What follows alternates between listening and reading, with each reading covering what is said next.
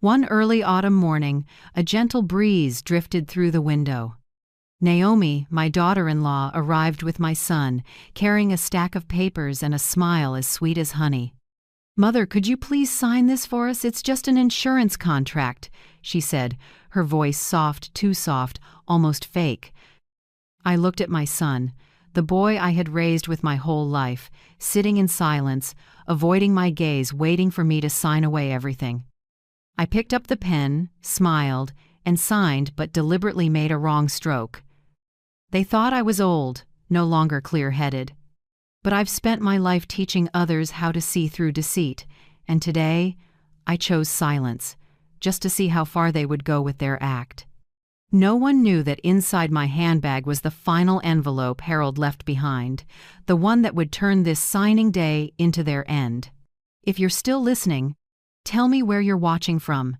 Every comment you leave is another mark in this journey. And if this story has touched you, don't forget to hit like so it can reach even further. I'm Beatrice Langston, 69, a widow, living in the suburbs of Seattle, Washington. I spent my whole life as a high school teacher, teaching American literature and ethics. I believe kindness is the most important thing people can pass on to one another, but perhaps I taught that to the wrong people. My husband, Harold, passed away 8 years ago from a stroke. He was a civil engineer, a principled, steady man who loved his family more than anything. After he died, I lived alone in the white wooden house we built together in North Seattle, the place that once echoed with the laughter of my son, Evan. Evan used to be a polite, bright boy who always said, "Mom, you'll be the first person I buy a house for." I believed that until he married Naomi. Naomi is beautiful, modern, and always knows how to make others feel small. She's an influencer, often live streaming her outfits, her meals, and talking about the perfect life of a successful woman. At first, I tried to love and support her like a good mother-in-law. But gradually I realized Naomi didn't love Evan. She loved the Langston name and this family's wealth. 3 weeks ago, I received an unexpected call from Evan. "Mom, we want to see you. There's something important about insurance that we need you to sign right away." I was a bit surprised, but I agreed. After all, they're my children. I didn't know it would be the fateful meeting where my own son and daughter-in-law would begin to deceive me. The family meeting took place in their newly built 2-story house.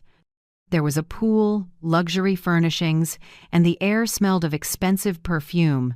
Naomi greeted me with a flawless smile. "Oh, Mom, you're here!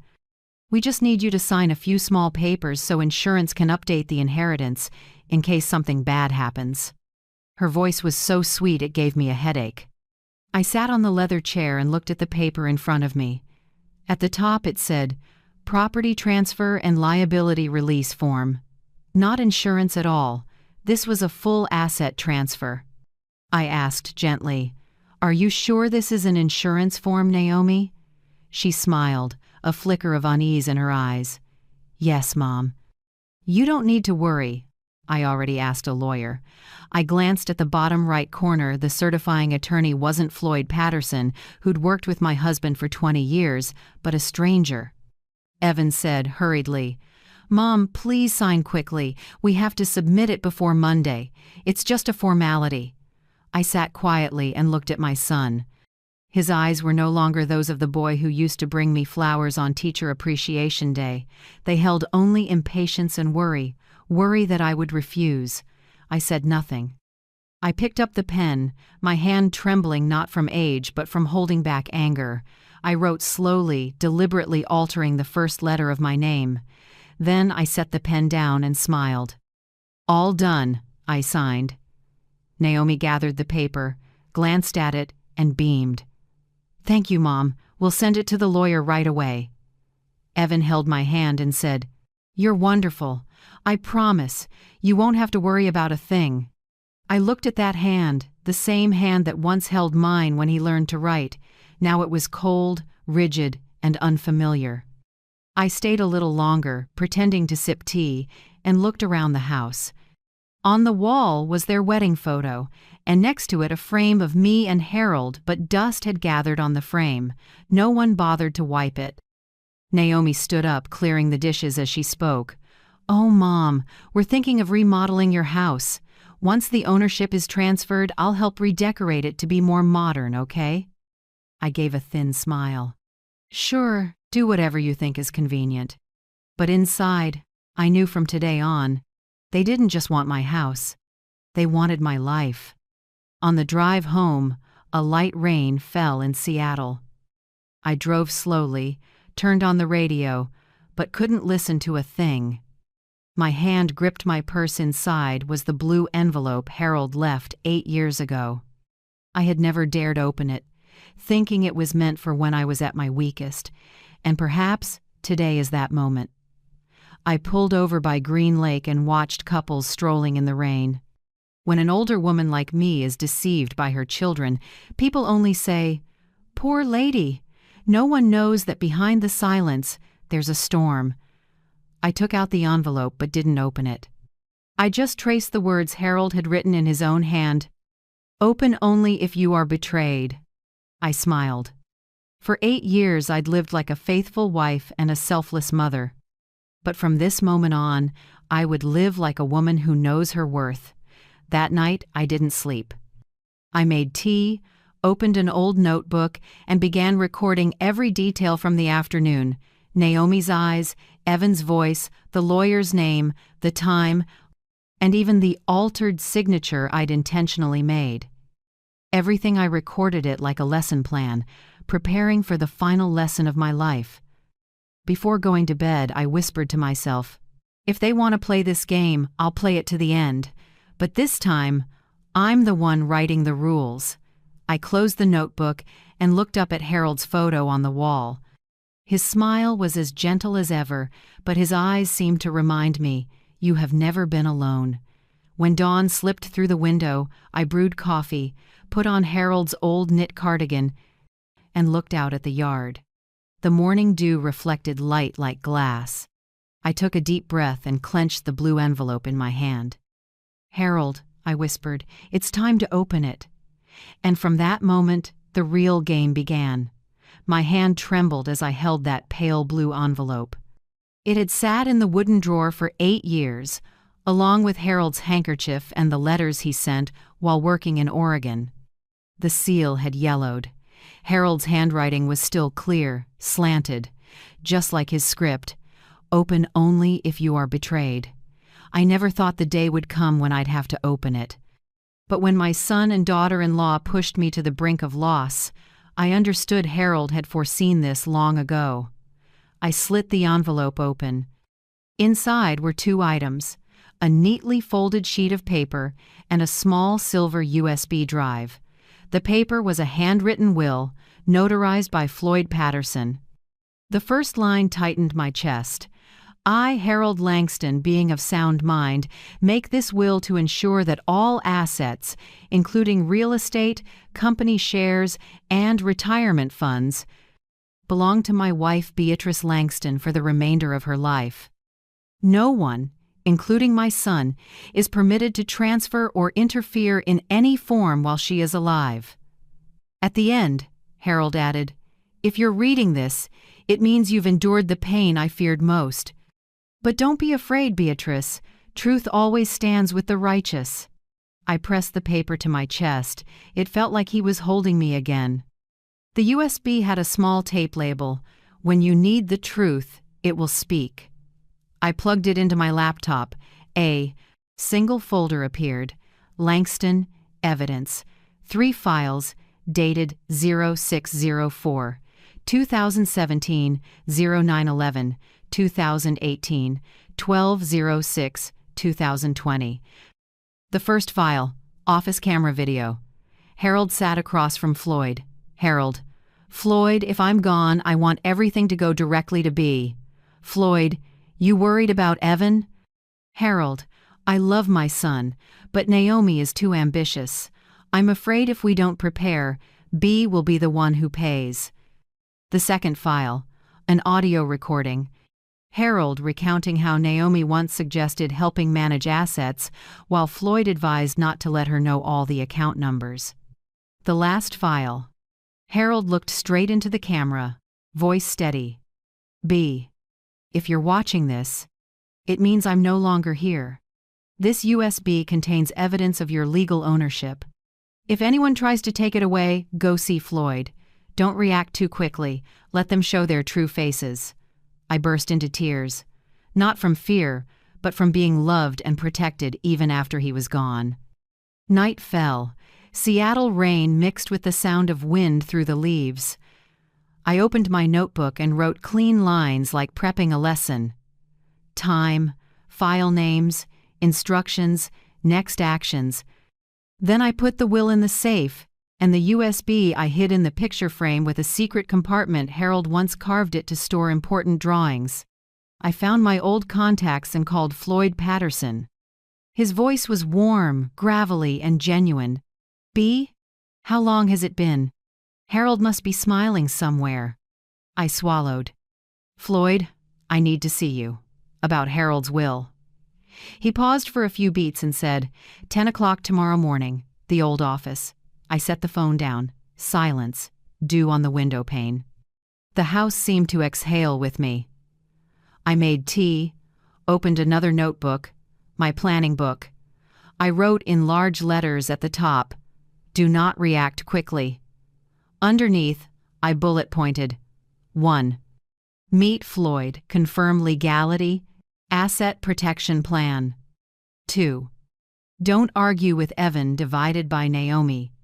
Record audio. Take notes, collect coercive behavior. 3. Pretend to cooperate, let them think I'm weak and will keep signing. 4.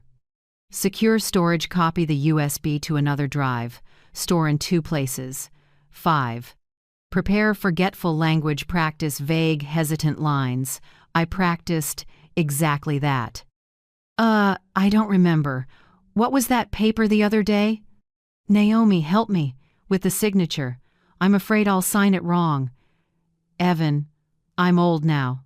I trust you too. Those sentences, every word, I swallowed, velvet wrapping a blade. I stood before the mirror and looked into my own eyes. Still me, but with a new layer of resolve. I practiced smiling slowly, dipping my head slightly, so others would think I was fragile.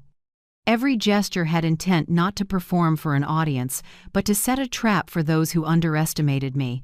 I replayed Harold's video. I paused at the moment he said, "Don't react too quickly."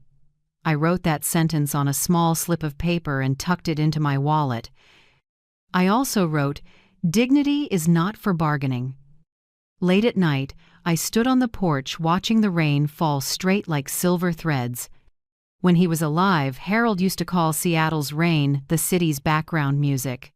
I closed my eyes and felt my heartbeat blend with that melody. I wasn't afraid anymore.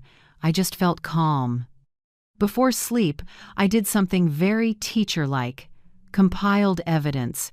I printed screenshots of Naomi's video flaunting number Langston Estate, noted the time, saved the link. I photographed the fake insurance contract, circling the property transfer and liability release. I marked the unfamiliar lawyer's name. I even noted Evan's attitude that day, avoiding eye contact, urging me to sign, saying just a formality. I placed everything into a hard folder labeled Evidence, Copy 1. Copy 2 held the duplicated USB. Copy 3 was a byte of 2. Hidden folder on my hard drive, passworded with my and Harold's wedding date. Morning crept in. I poured coffee into the old mug that reads, "World's kindest teacher, Evan's gift from 5th grade." I touched those words and felt a slight ache. Kindest, yes, kind but not naive.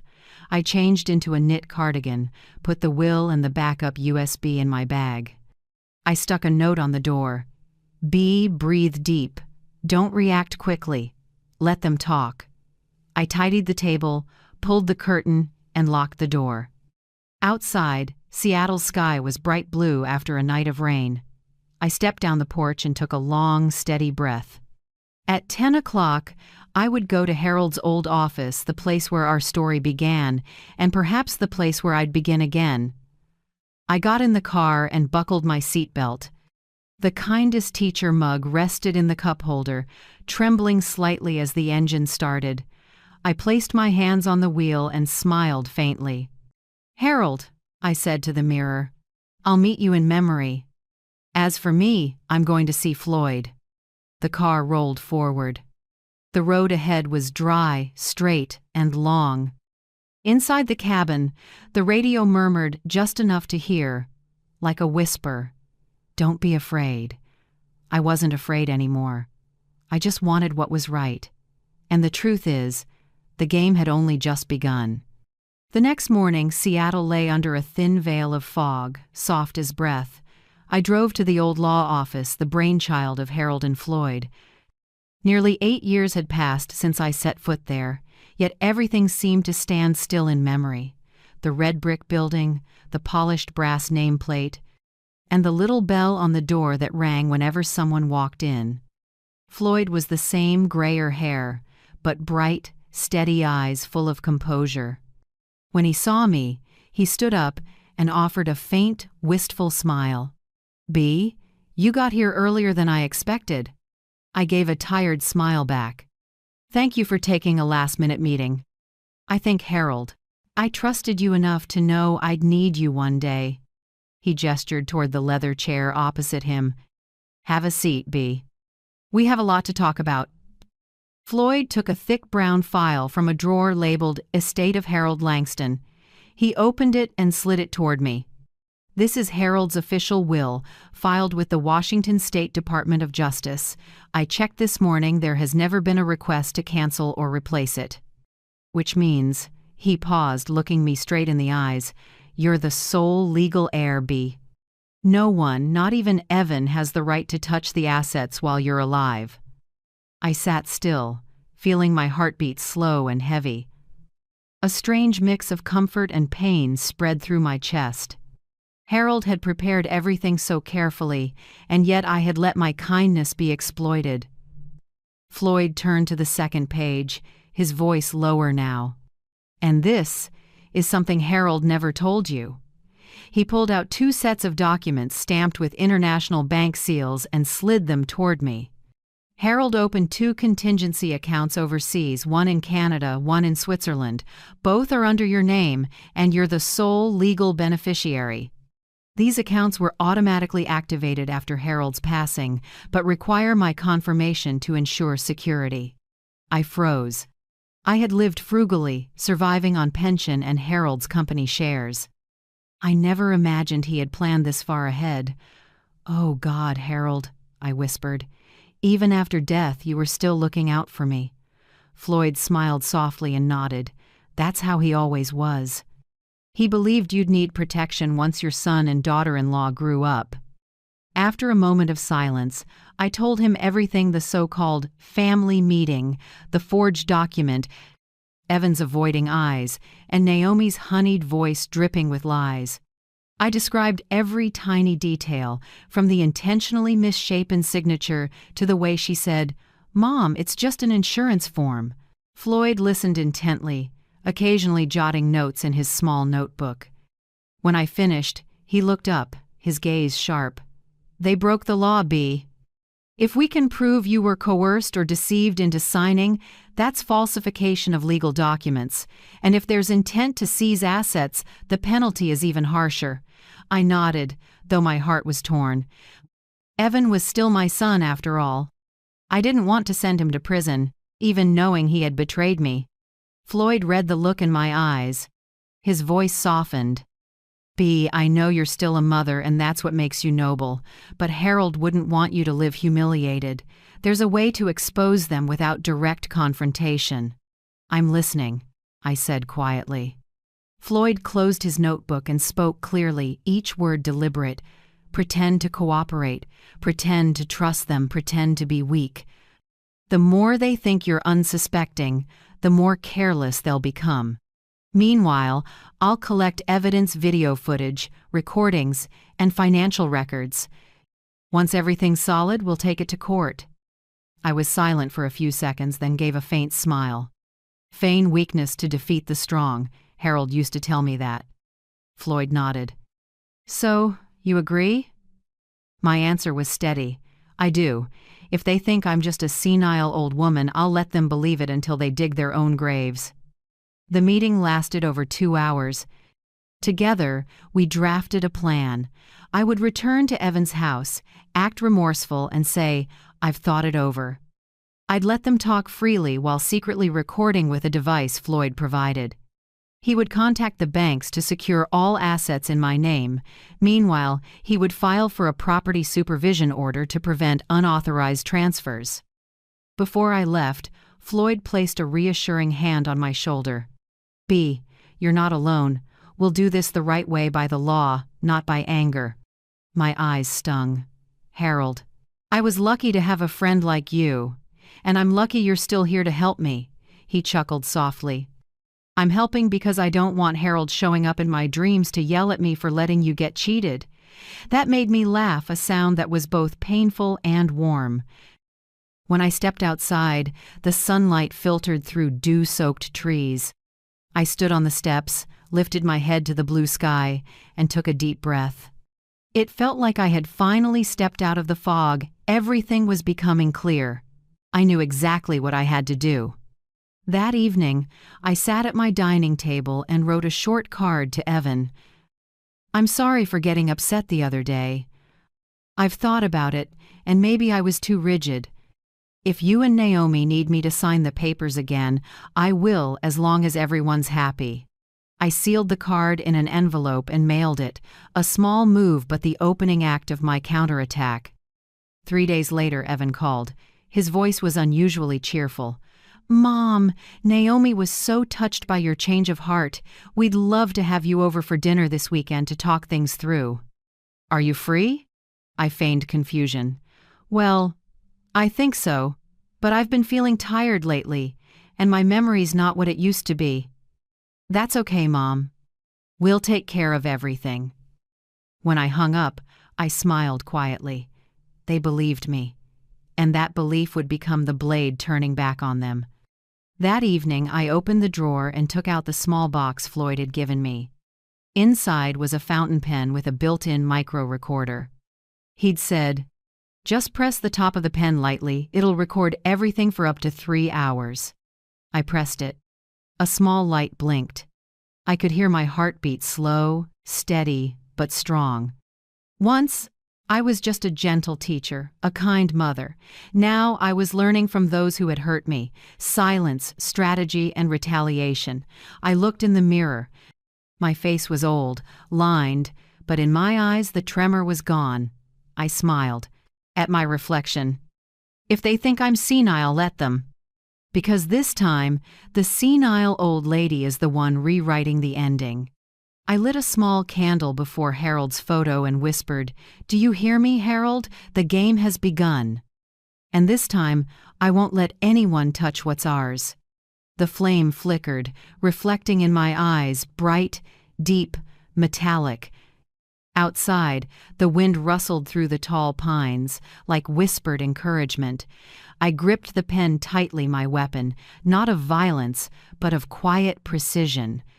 2 days before the so-called reconciliation dinner, I woke early and made my usual cup of chamomile tea. Everything was eerily calm, no calls, no messages, no reminders from Evan or Naomi. I thought they were lying low to gauge my reaction, but no. They were busy showing off their victory. That morning, when I opened my laptop for the news, YouTube's homepage showed a suggested video. Our dream home reveal vertical bar, the Langston estate. Naomi's radiant face filled the thumbnail, red lips, curled blonde hair, with Evan beside her, his arm around her shoulder, and a forced smile. The caption below read, "Thanks to my wonderful in-laws for helping us make this dream come true." I clicked it. Upbeat music blared. Naomi guided viewers past the iron gate, gesturing proudly. "Hi everyone, welcome to the new Langston family home, a luxurious, elegant space built with love and a little financial support from my amazing in-laws." Her tone was sweet enough to rot teeth. The camera panned to a shiny brass sign reading Langston Estate, identical to the one once mounted outside my house in North Seattle. I sat upright, heart pounding as I realized the house in the video was mine. The gray roof, the white window frames, the climbing roses along the balcony, every inch unmistakable. She called it the new family home, but to me, it was Harold's legacy, the place where I'd buried my heart in every brick. Naomi led the camera through the interior, gesturing like a tour guide. This is the living room where I'll film my morning cooking vlogs, and here's the kitchen, my favorite space. She opened a cabinet and pulled out a set of crystal glasses. I recognized them instantly, the wedding set engraved B&H 1979. My hands clenched, nails biting into my palms. By the end, Naomi turned to the camera, beaming like a spotlight. Thank you all for your support. This house proves that if you work hard and have people who believe in you, you can achieve anything. Number Langston Estate, number blessed, number family goals. As the hashtag number Langston Estate scrolled across the screen, my chest went cold as if someone had poured ice water over me. I scrolled to the description box. In italics, it read, "House purchased and registered under the name of Naomi Langston, with financial sponsorship from my wonderful mother-in-law, Mrs. Beatrice." My name sat there, surrounded by thousands of likes and glowing comments. I sat frozen. It turned out they had used my name to take out a $400,000 mortgage. I didn't scream or break anything. I simply opened my browser and downloaded that video, then another. House tour, before renovation, Q&A, how we got our dream home. Each one was living evidence. In another clip, Naomi sat on my sofa, flashing a bank statement. A lot of people asked how we got approved for the loan so fast. The secret is having a trustworthy financial guarantor, my mother-in-law. Love you, Mom. She formed a heart with her hands and laughed brightly. Evan sat beside her, silent, eyes cast down like a man hiding guilt. I paused the video, inhaled deeply, then pressed print. White sheets fed from the printer one by one, each labeled with the video title, upload date, views, comments, hashtags, and their smiling, lying faces. When the last page slid out, I stacked them neatly into a folder labeled Evidence, Exploitation of Elder Assets. I picked up the phone and called Floyd. He answered after 2 rings. "B, I need to see you, or at least, you need to see this." I sent the video link via email. Less than a minute later, his voice dropped, tight with anger. "Good Lord, she made this public?" "Not just public, Floyd," I replied. "She used my name to take on debt." He was silent for a few beats, then spoke slowly. "B, this is textbook elder financial abuse, very serious. But don't rush. The more she flaunts it, the more we have to use. Let her keep filming. Let her keep talking." I understood immediately. As I used to tell my students, the one who talks the most in class often reveals the most about themselves. Naomi was talking, and soon every boast would become evidence. That afternoon, I reopened my old social media account. I hadn't posted since Harold died, but I still followed a few groups, including Naomi's. She'd just posted a new story, a sunset view of the glowing house, captioned, "Thank you, Mom Beatrice, for making my dream come true." I tapped the heart icon, then calmly commented, "The new house is beautiful, Naomi. You deserve happiness." Moments later, she sent a private message. "You saw it, Mom? I was worried you'd misunderstand. I just wanted to show appreciation." I typed slowly, "It's fine, dear. I'm just proud of you both." A heart emoji popped up. Naomi believed me. I leaned back in my chair, sipping cold tea, a faint smile curling at my lips. Only one thought crossed my mind. Beautiful. Beautiful. Like a trap closing shut. That night, I organized my files. The first folder, Will and USB, original evidence. The second, videos and social media. I labeled each with timestamps and notes, upload dates, Naomi's hashtags, her subtle mentions of parental support. I even saved all the comments, especially one that stood out. "Naomi, I work at the bank. I remember your loan file. You got approved. Be so fast because your mother-in-law's name was on it." An offhand comment, but more powerful than any confession. I printed the page and added it to the file. As I was about to close my laptop, my phone buzzed. A message from Evan. "Mom," Naomi posted the house video. "Did you see it? Everyone loves it. Thanks again for helping us." I looked at the text, my hand trembling slightly, then replied, "It's nothing, son. I just want you both to be happy." I knew if I said anything different, he'd be suspicious. But right now, everything was unfolding perfectly. I set the phone down and opened the old wooden cabinet where Harold used to keep his blueprints. I brushed a thin layer of dust off the surface. "Harold," I whispered, "they're showing off their prize, but they don't know it's evidence." Moonlight spilled across the table, silver and sharp. I wrote in my journal, the lines even and steady. Naomi posted house video, used my name to borrow $400,000. Hashtag number Langston Estate. Downloaded and printed everything. Sent to Floyd. He said, "Don't rush, let her keep filming." I agree. I closed the notebook and set the recording pen beside it. Tomorrow I'd visit them with a smile, compliments, and the air of a proud but forgetful mother. In the silence I felt a strange calm. I used to teach my students that those who know when to stay silent often hold the real power. Now I understood that truth more than ever. I closed my eyes, listening to the rustling wind outside. In it I could almost hear Harold's voice. "B, let them build their stage. When the curtain falls, all you have to do is stand up." I smiled, because I knew the play was reaching its climax. And this time, I was the one writing the script. The next morning, Naomi called me with a voice sweeter than usual, the kind that sounded warm but made your skin crawl. "Mom, I'll pick you up today so we can go to the bank together. It's just to update your pension records. It won't take long." I knew instantly it wasn't about updating records.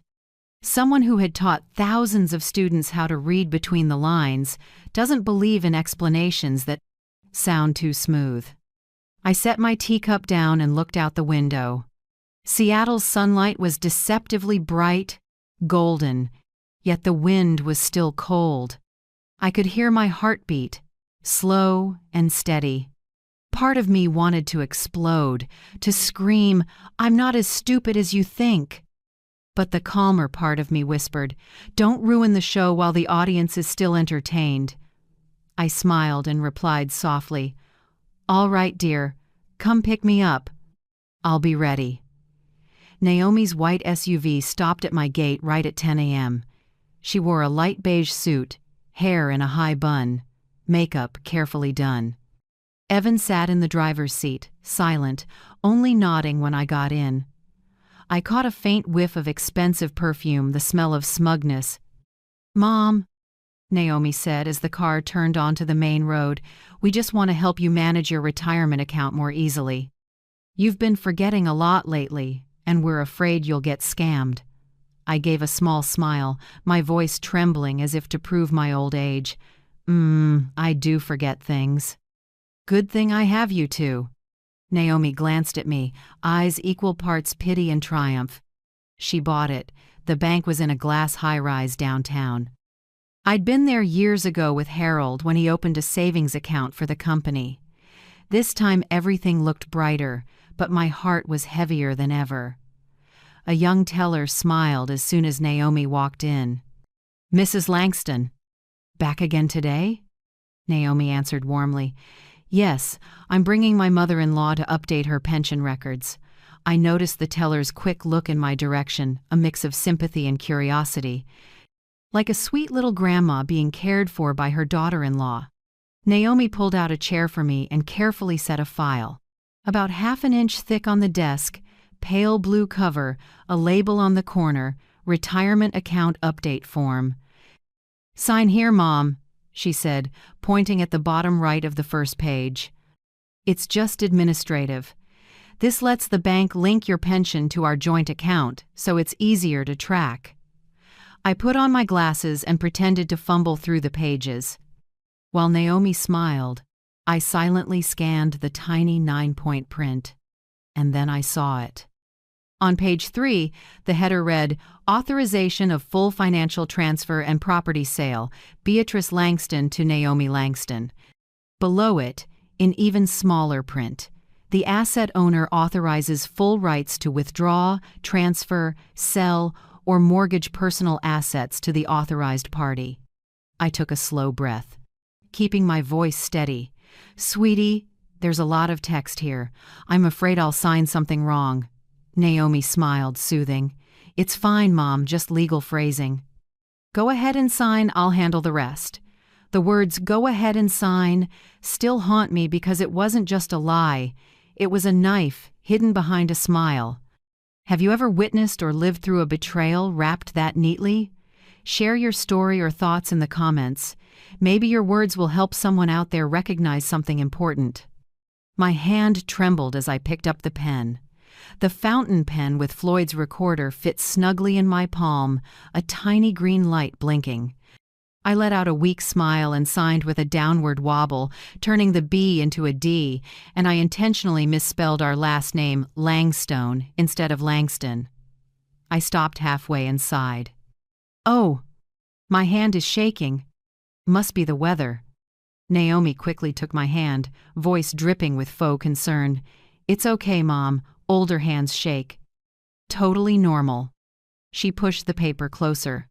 "The signature still counts, don't worry." Evan stared at the page. Doubt flashed in his eyes.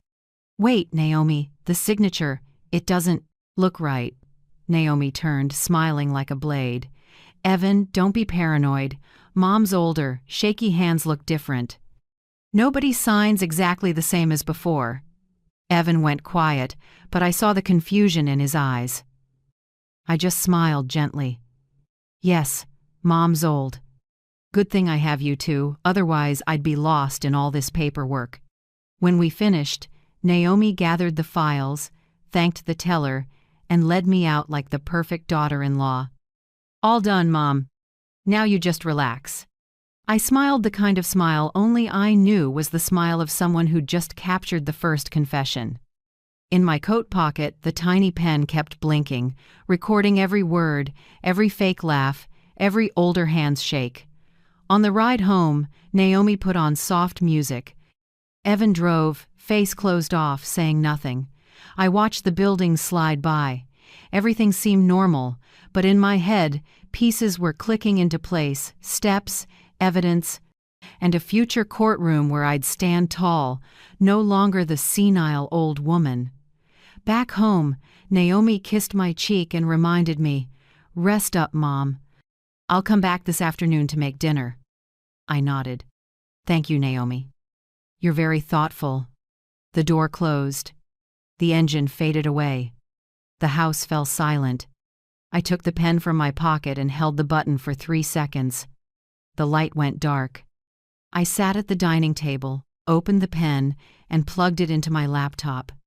The audio played, each word clear. "Go ahead and sign.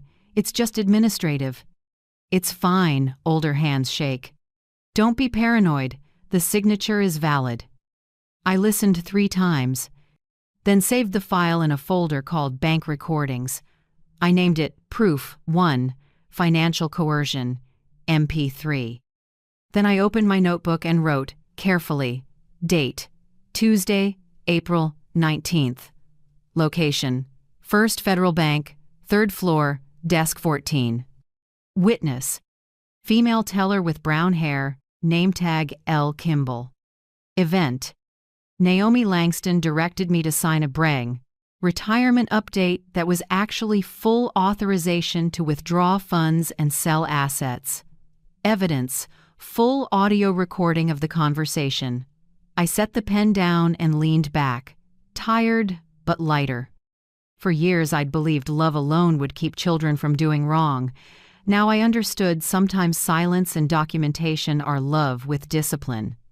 That afternoon when Naomi returned, I pretended to watch TV, smiling.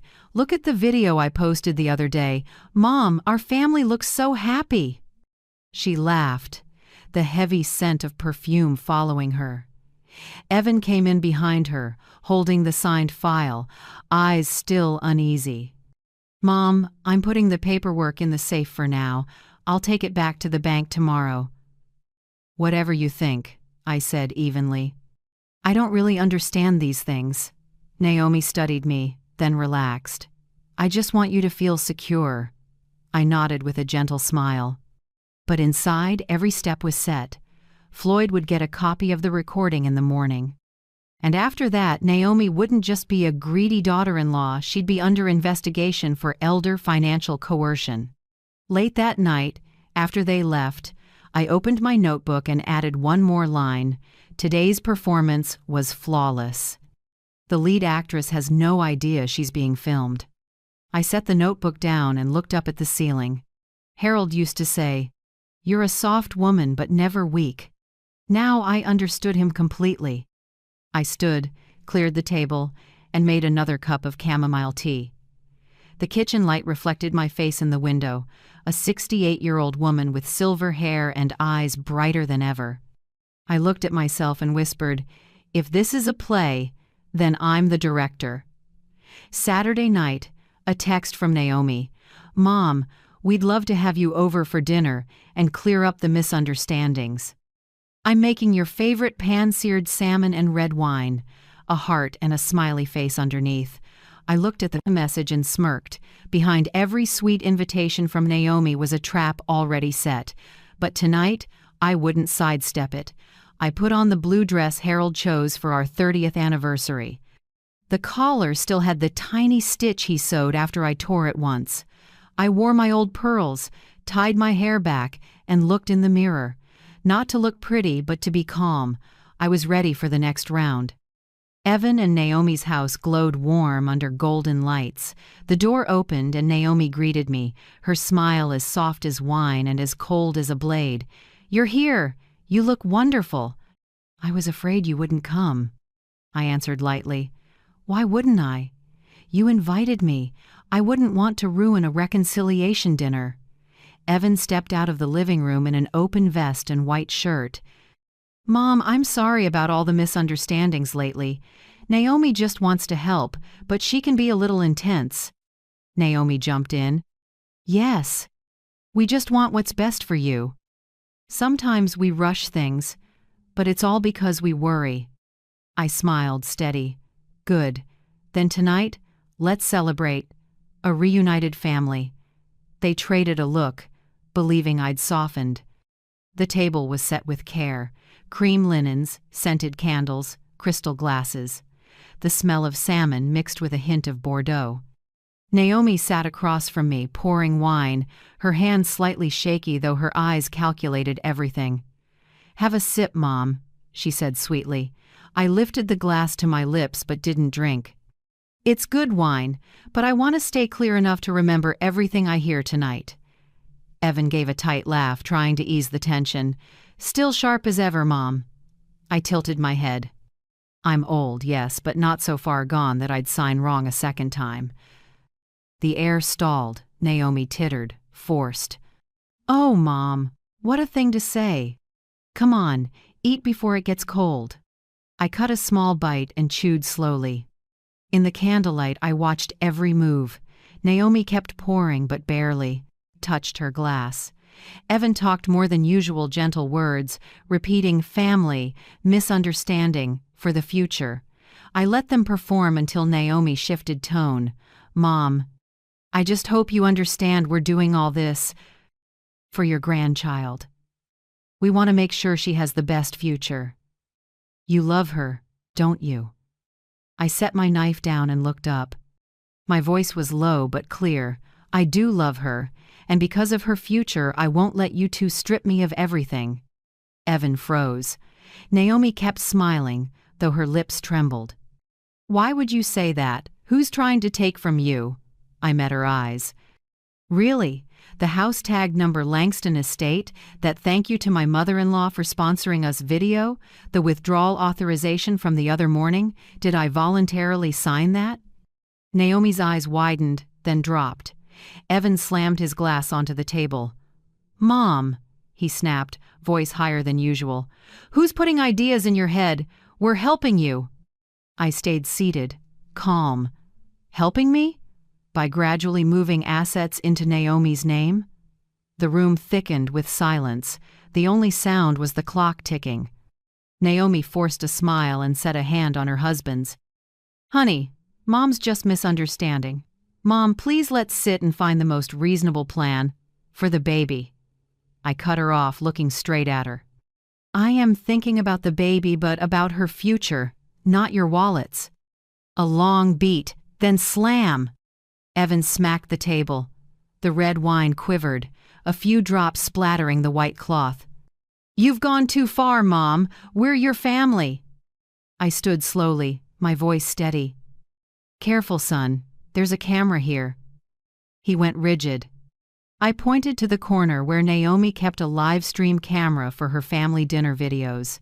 The tiny light was still blinking. If you want to yell, at least remember people might be recording every move. Naomi jumped up, smiling thinly. My goodness, you're so sensitive, Mom. The camera's just for vlogs.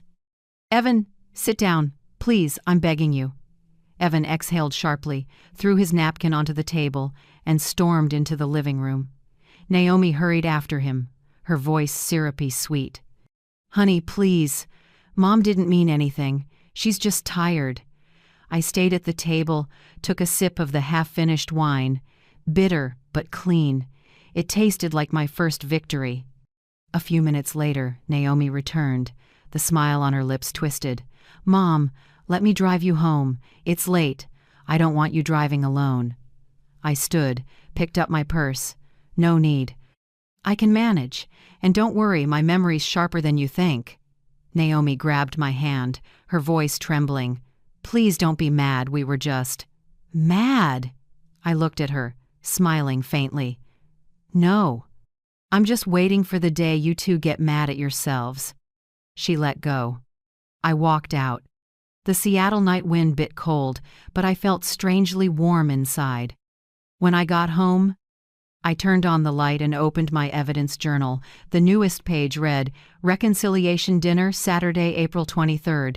I wrote, Naomi invited me to dinner, poured wine, staged a warm reunion. Evan acted remorseful, but his real goal was psychological manipulation.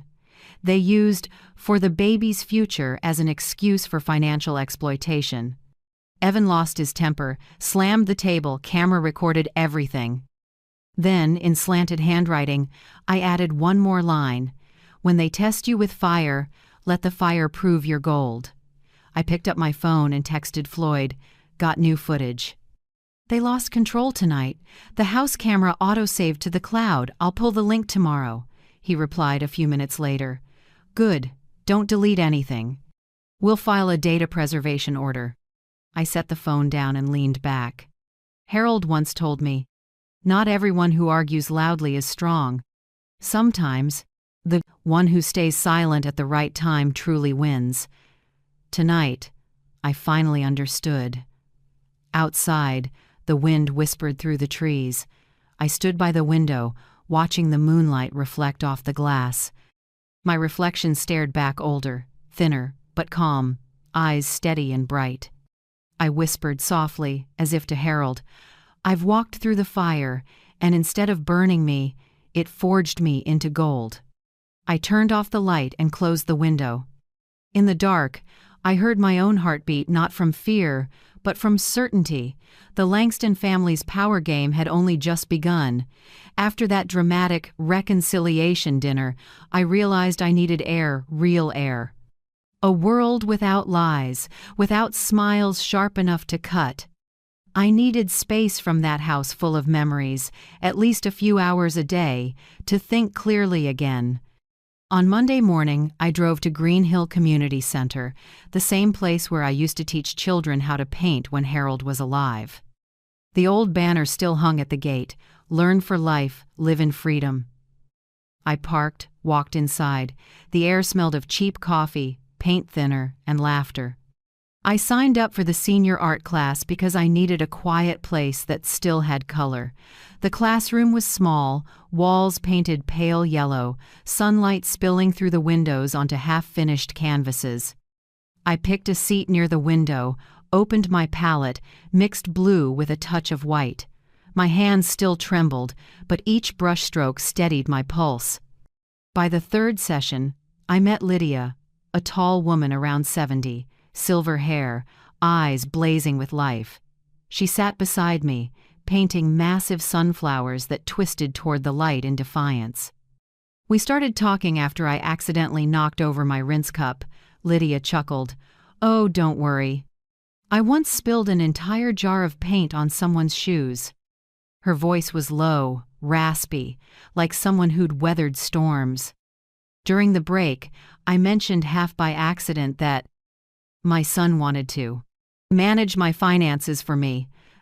Lydia gave a short, bitter laugh, eyes flickering with old pain. "Oh, that sounds familiar. I heard the same thing right before I lost my house." I fell silent. She continued, slow and steady, not a tear shed. "My son said he just wanted to make things easier for me. I signed one paper, just one, like you did. A month later, I got a notice giving me 3 weeks to vacate. He'd sold the house and moved his family out of state." My throat tightened. "What did you do?" Lydia lifted her head, her smile thin but sharp. "I cried for 3 months. Then I stopped. I realized if I wanted to survive, I had to be smarter than them, smarter with my mind and with the law." Her words hit me like a hammer, quiet but echoing long after. Smarter than them. Not through revenge, but through knowledge. The next day, I arrived earlier than usual. As I walked down the hallway, I noticed a poster on the bulletin board. "Free workshop, senior property rights. Know the law to protect yourself." Speaker, Professor Harold B. Keller, Seattle Law School.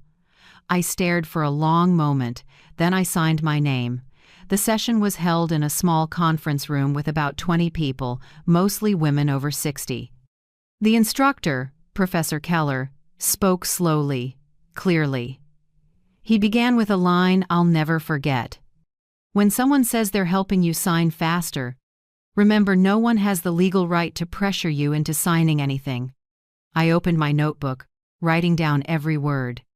He went on, "Power of attorney forms are only valid if the signer is fully aware and acts voluntarily. If there's evidence of coercion, fraud, or manipulation, that document is void immediately." My pen paused. The words glowed on the page like light in the dark. Void if coercion is proven. He continued, "If you suspect exploitation, you can petition the court to temporarily freeze assets while the case is investigated. And remember, any conversation, message, or recording related to the issue counts as admissible evidence." I looked up. For a second, I could almost see Harold, nodding somewhere near. He'd always believed in the law, in justice, and now the law itself was my ally. Lydia nudged my elbow. "See? They can't take what's yours if you know your rights. You're doing the right thing." I smiled softly. "I don't want to win through anger. I want to win through truth." After class, I stopped by Floyd's office and handed him a copy of my notes. He read them, nodding. "Excellent, B. Everything you learned today is another brick in your wall of defense. We'll use the law itself to fight back." I went home feeling lighter, yet sharper. The living room was quiet except for the ticking clock. I opened my laptop, set up the small microphone, and began recording an audio journal just as Floyd had advised. My voice filled the still air, steady and deliberate. April 27th. I, Beatrice Langston, record this for the record. Today I learned that any coerced signature is legally void. I believe my daughter-in-law, Naomi Langston, and my son Evan Langston have taken advantage of my trust. I am collecting evidence. I paused, then spoke slower. I don't want revenge. I want them to understand that justice can't be bought. And one day, when they stand in court, I won't scream or cry. I'll simply press play. I saved the file and titled it Voice Note 1. The Beginning. When I replayed it, my voice sounded deeper, stronger. For the first time in months, I heard myself and didn't tremble. That night, I pulled out a small notebook labeled Strategy, the one Harold used for his business plans. I added a new page. Protection Plan. Beatrice Langston 1. Record daily voice journals. 2. Document every time Naomi or Evan contacts me about money. 3. Enroll in fraud prevention for seniors. 4. Gather proof of Naomi's mortgage under my round name. 5. Draft a letter to the court for worst-case scenarios. I closed the notebook, feeling like I'd just put on armor made of knowledge. Over the weekend, during art class, Lydia leaned toward me and whispered, "You're painting better now. The yellow looks stronger today." I smiled. I learned not to fear the dark, just to add more light. Lydia nodded, her tone soft as a breeze. "You're finding yourself again, Bea. And when a woman knows her rights, no one can ever lead her blindfolded again." I looked at my canvas sunflowers bathed in sunlight, each brushstroke trembling yet firm. In that golden glow, I saw myself again, a woman once betrayed, now reborn from ashes. I knew the storm wasn't over, but this time I had weapons, not anger, but knowledge. Not hate, but truth. And above all, I had Harold, I had Floyd, I had Lydia, and I had me. 3 weeks later, on an ordinary Friday morning, Lydia entered class looking anything but ordinary. She held an iPad tightly, her face pale. She walked straight to me and said in a low, worried tone, "Bea, you need to see this." Before I could ask, she opened YouTube. Naomi's face filled the screen, polished, perfectly made up, voice sugar-sweet but venomous beneath. Video title, "Care for My Senile Mother-in-Law. Taking care of aging family isn't easy." I froze. On screen, I saw myself dozing on the couch, head tilted, mouth slightly open, blanket slipped to the floor. Behind me, Naomi whispered to the camera, "She used to be a teacher. Now she forgets to turn off the stove. But I still care for her like my own mother, because my husband, he loves her so much." I could hear Evan's faint chuckle in the background.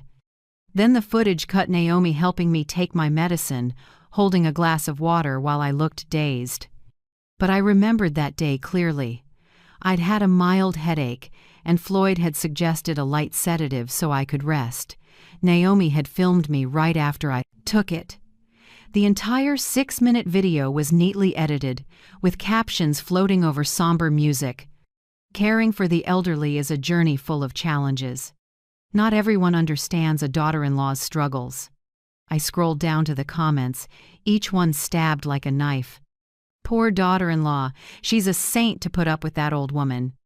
She looks totally senile. Probably abusive, too. Crazy grandma vibes." I couldn't believe my eyes.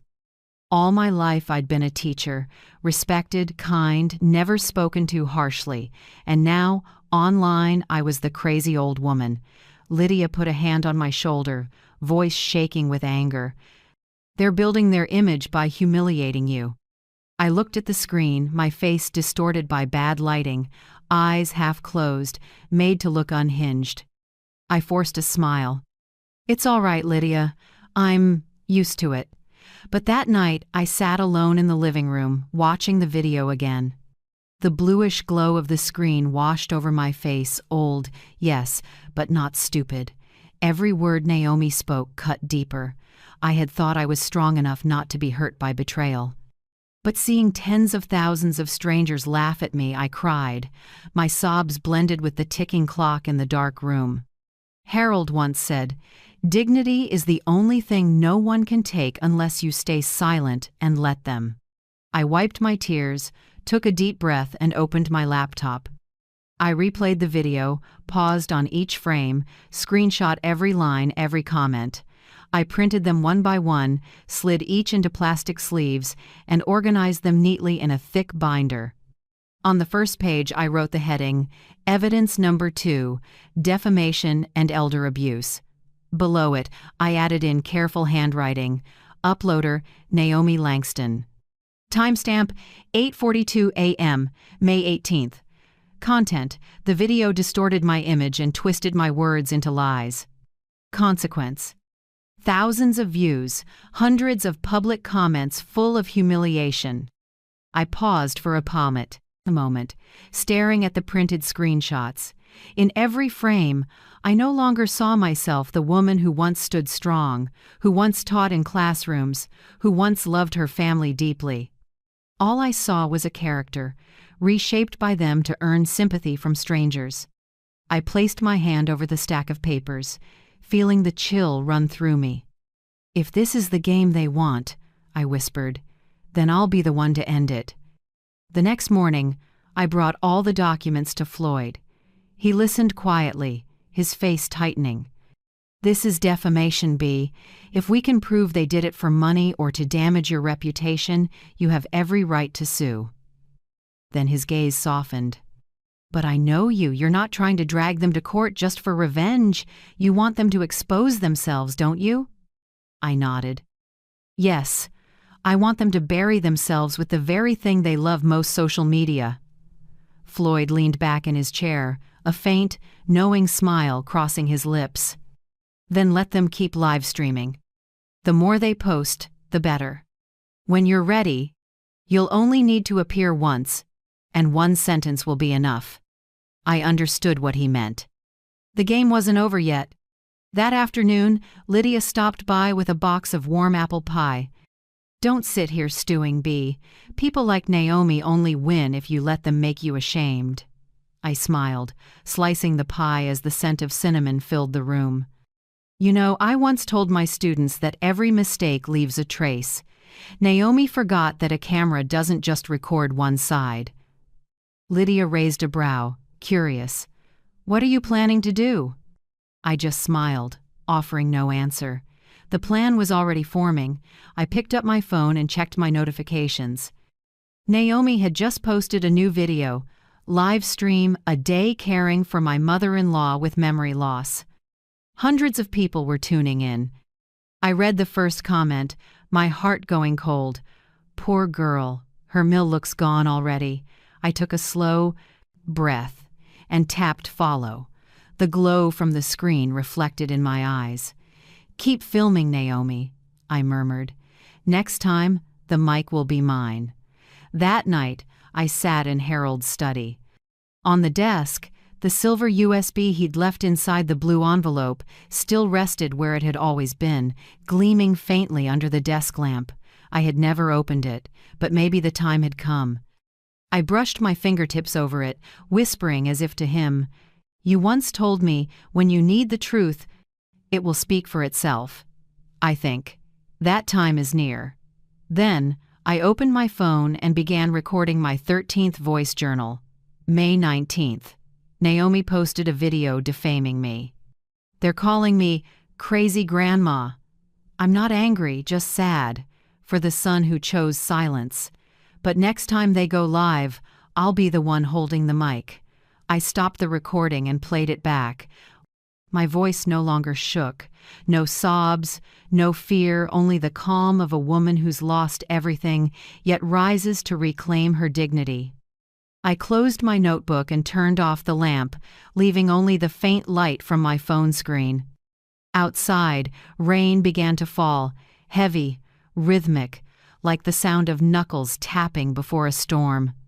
I closed my eyes, and one thought echoed in my mind. If they want an audience, I'll give them a show, but it will be the final act. 3 days after the crazy grandma video went viral, Evan showed up at my door one morning, holding a beige envelope. I was watering the flowers on the porch when he approached, wearing that strained smile I knew too well. "Mom," he said softly, "I brought your new insurance papers. The company updated their policy. You just need to sign again." I studied him.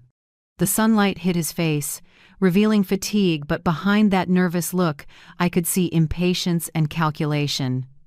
"Insurance papers?" I asked, keeping my voice mild. "Yes," he said quickly. "The old policy expired. If you don't sign, you'll lose your health coverage." I gave a faint smile. They always knew how to pick the one fear that worked best on the elderly losing security. I invited Evan inside. He sat at the dining table and pulled out 3 neatly printed pages. The text was tiny. I put on my glasses and pretended to read carefully, though my eyes went straight to the bottom. No date, no witness. No company representative signature, just one blank line for mine. I looked up. "You said this is from the insurance company, but why isn't there an effective date?" Evan hesitated, then forced a smile. "Oh, probably just a draft version. You can sign now, we'll fill it in later." I rested my chin on my hand, pretending to think. "And what if I don't sign?" His smile tightened, patience slipping. "Mom, you know how complicated insurance systems are. If you don't sign, you could lose medical access this month." "I'm just trying to help you." I met his eyes. "Help me or help your wife's bank account?" He looked away, fingers gripping the papers hard enough to crease them. "Don't misunderstand. Naomi just wants things to go smoothly. You don't want hospital issues, right?" I smiled again. "Right. I hate complications, but I hate being manipulated even more." He didn't catch the sting in my tone. I stood up, pretending to fetch a pen, then sat down slowly. My hand trembled not from fear, but to convince him I was frail, just like Naomi's forgetful old lady version of me online. I signed deliberately, slow and shaky, but before the ink dried, I switched pens. It was Harold's special fountain pen, the kind that left an invisible watermark visible only under light. Right beneath the signature Beatrice Langston, I wrote one word in faint script: void. Barely visible, but Floyd would see it instantly. When I handed the paper back, Evan exhaled with relief. "Perfect, Mom. I'll drop this off at the agency." I nodded softly. "Be careful, son.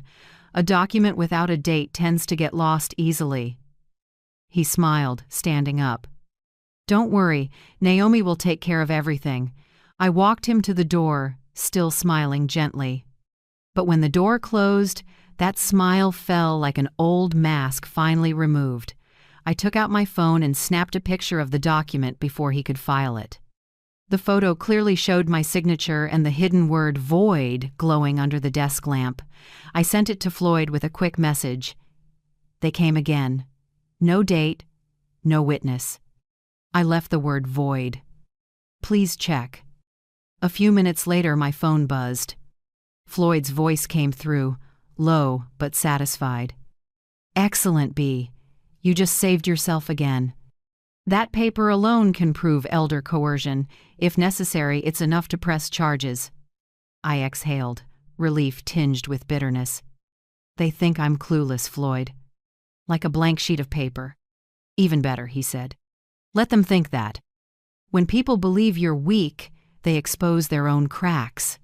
That evening, Naomi called, her voice sugary and fake. "Mom, Evan said you signed. Thank you, your coverage is even better now. I'll come visit you this weekend." I smiled into the phone. "Thank you, Naomi. I'm so glad you two care so much about me." "Of course, Mom. We always do." When the call ended, I opened my phone's recorder. Ever since that workshop, I'd set my phone to automatically record every incoming call. I replayed Naomi's voicelight, hurried, hiding something beneath.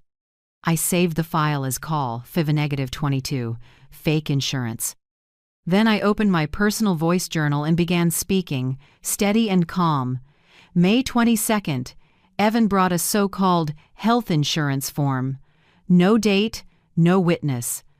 They said if I didn't sign, I'd lose coverage. I signed but wrote void beneath. This is my third piece of evidence. Naomi later called to confirm her tone was eager. I believe they're planning something bigger. I'll be right here, watching. I stopped recording and replayed it. Each entry was another brick. Quiet, solid, unbreakable. Night deepened. I sat in Harold's study beside the orchid he used to tend. The desk lamp glowed over the growing stacks of files. I opened a drawer and pulled out an old photo. Harold smiling, coffee cup in hand, me behind him holding student papers. I whispered, "See, Harold? They think I'm weak, but I'm only waiting for the right moment." Outside, the wind picked up, carrying the scent of wet soil. I closed the window and added one last note to my journal. Evan looked nervous when I asked about the effective date. "Naomi seems fully convinced I suspect nothing." Floyd confirmed, "Grounds for a case if they use this document." I paused, staring at the faint void glowing under the light. One word, but it carried the weight of awareness and self-respect. I closed the notebook and turned off the lamp. In the darkness, I could hear my own breathing, slow, deep, steady. I was no longer the woman crying in that room months ago. I was someone rewriting the rules, one law at a time, reclaiming justice for myself. I smiled faintly and murmured, "They began this with a blank, dateless page. But I'll end it with a stamped verdict." That night I barely slept. The wind whispered through the old window frame, mingling with the ticking clock sounds that carried me back to quieter years with Harold. Whenever I lost my way, I heard his voice again, deep, slow, steady as a heartbeat. "B, if you ever doubt something, open our music box." I'd never forgotten those words. But for years I had left that walnut music box untouched on the shelf, dusted by time. I stood, walking toward the cabinet. The desk lamp cast my shadow long across the wall. The box was small, no bigger than two hands pressed together, engraved with the words, "H and B, our forever waltz." Whenever it opened, it played "The Blue Danube," the waltz Harold had put on the night we got engaged, when we danced around the living room, believing the world was ours alone. I rested my palm on the lid. My heart beat softly, as if touching something both sacred and familiar. "Harold," I whispered, "you told me to open it when I start doubting." "Well, I'm doubting everything now." I turned the tiny key. The spring clicked. The melody began gentle, tender, piercingly beautiful. I waited until it nearly faded, then carefully lifted the velvet lining underneath. There, hidden in a narrow compartment, was a silver USB, the very one Harold had left with the blue envelope years ago. I picked it up. The metal felt cold, but my hand burned warm around it. On the side, a faint engraving glimmered under the light, "For truth, if love fails."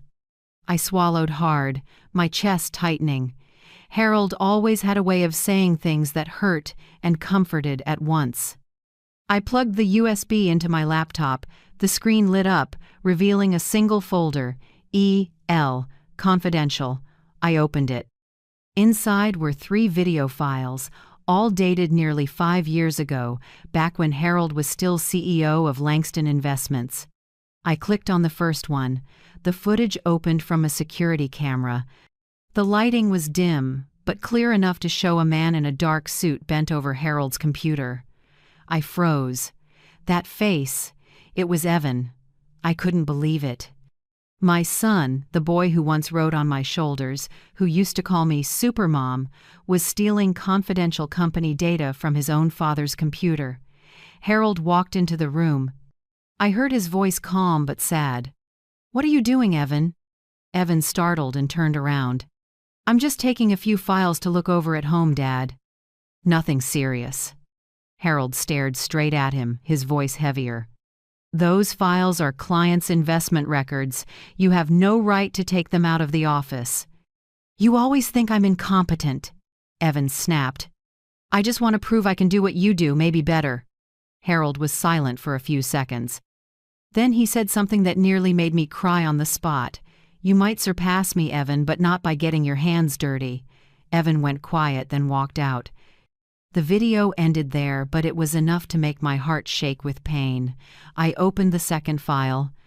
This time it was footage from an internal account, Harold sitting with another attorney, discussing suspicious withdrawals from an investment fund. I heard Evan's name clearly. He moved $150,000 through a shell company in Florida. I've frozen the account, but we need more evidence. The third file was short, under a minute. Harold sat facing the lens, tired but resolute. He spoke slowly, like he knew I'd watch this one day. B, if you're seeing this, it means Evan has gone too far. I hope you won't blame me for keeping this from you. But I have to protect you, and everything we've built. This USB holds all the evidence I've gathered. If they try to take what's yours, use it. And B, I'm sorry. I couldn't fix the son we both love. I pressed my hand to my mouth, choking up. Everything inside me felt like it was melting. I cried and smiled at the same time, my voice trembling. You always know how to protect me, Harold, even when you're not here. Tears fell onto the keyboard, but I didn't feel weak. It was a wave, fierce but clear. I saved the files, copied them to a separate drive, and hid them well. Part of me still hurt Harold had carried this secret alone until the end. But the rest of me felt stronger than ever. I picked up my phone, opened the voice recorder, and spoke slowly. May 25th. I opened Harold's music box. Inside was the USB. Contents: proof Evan once stole company data and laundered money. Harold saw all of this coming. I won't use it to humiliate my son, but I will use it to stop him from committing more crimes. I paused, then added, if justice had a shape, today it fits in the palm of my hand. That evening, I made tea and sat by the window. Outside, wind moved through the trees, and the smell of night rain drifted in. I set the music box back on the shelf and opened the lid. The Blue Danube played again, gentle and proud. I spoke softly, as if sending it to Harold somewhere far away. Do you see, Harold? I'm doing exactly what you hoped. I'm not getting revenge. I'm helping Evan understand that guilt never disappears. It only waits for the right time to come back. I closed my eyes and let the music carry me into thought. Tomorrow, I would see Floyd.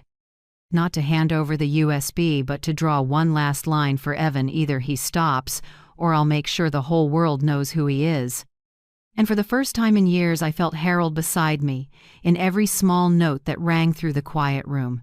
No more fear, only a woman who knows what she has to do.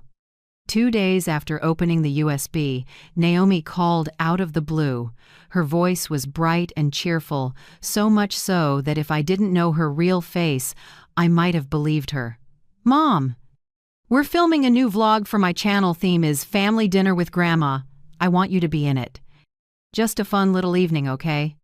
I paused, watering the orchids, watching droplets sparkle on the tile in the sunlight. Family dinner? I repeated, stressing it just a bit. Yes, Mom. Simple. Family gathered, chatting, dinner. I want people to see you're healthy and happy.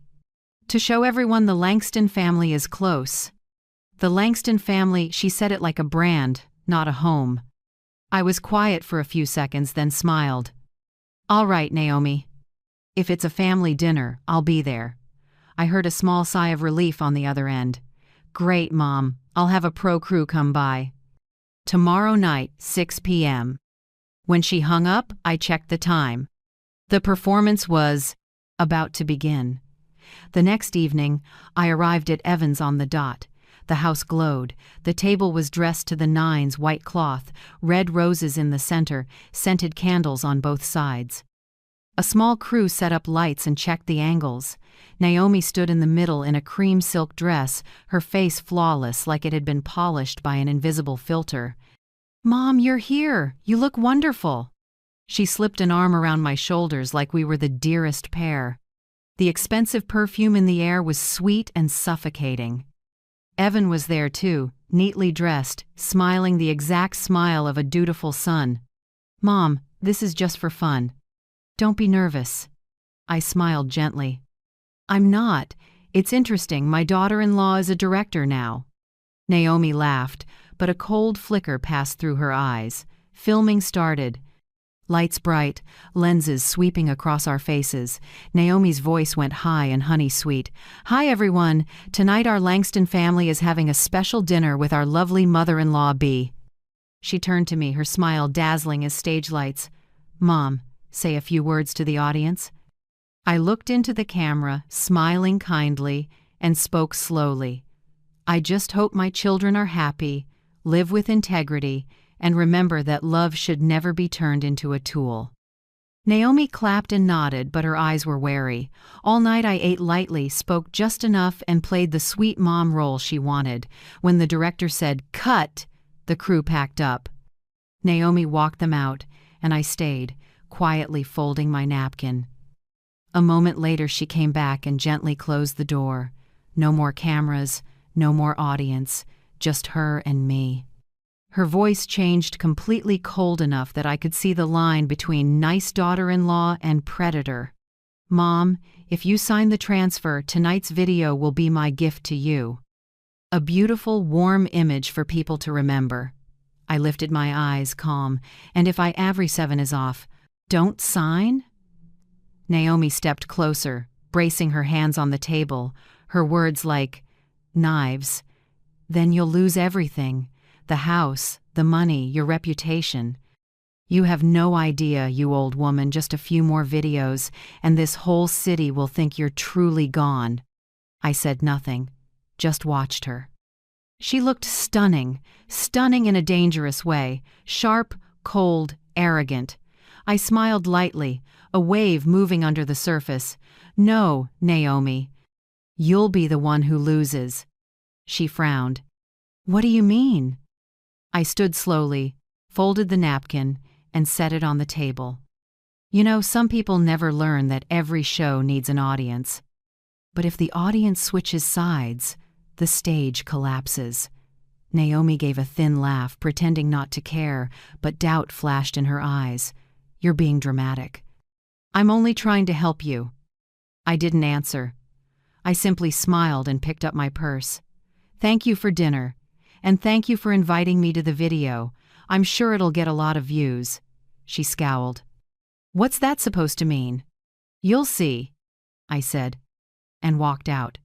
On the drive home, night air slipped through the crack in the window, carrying the smell of damp leaves and mist.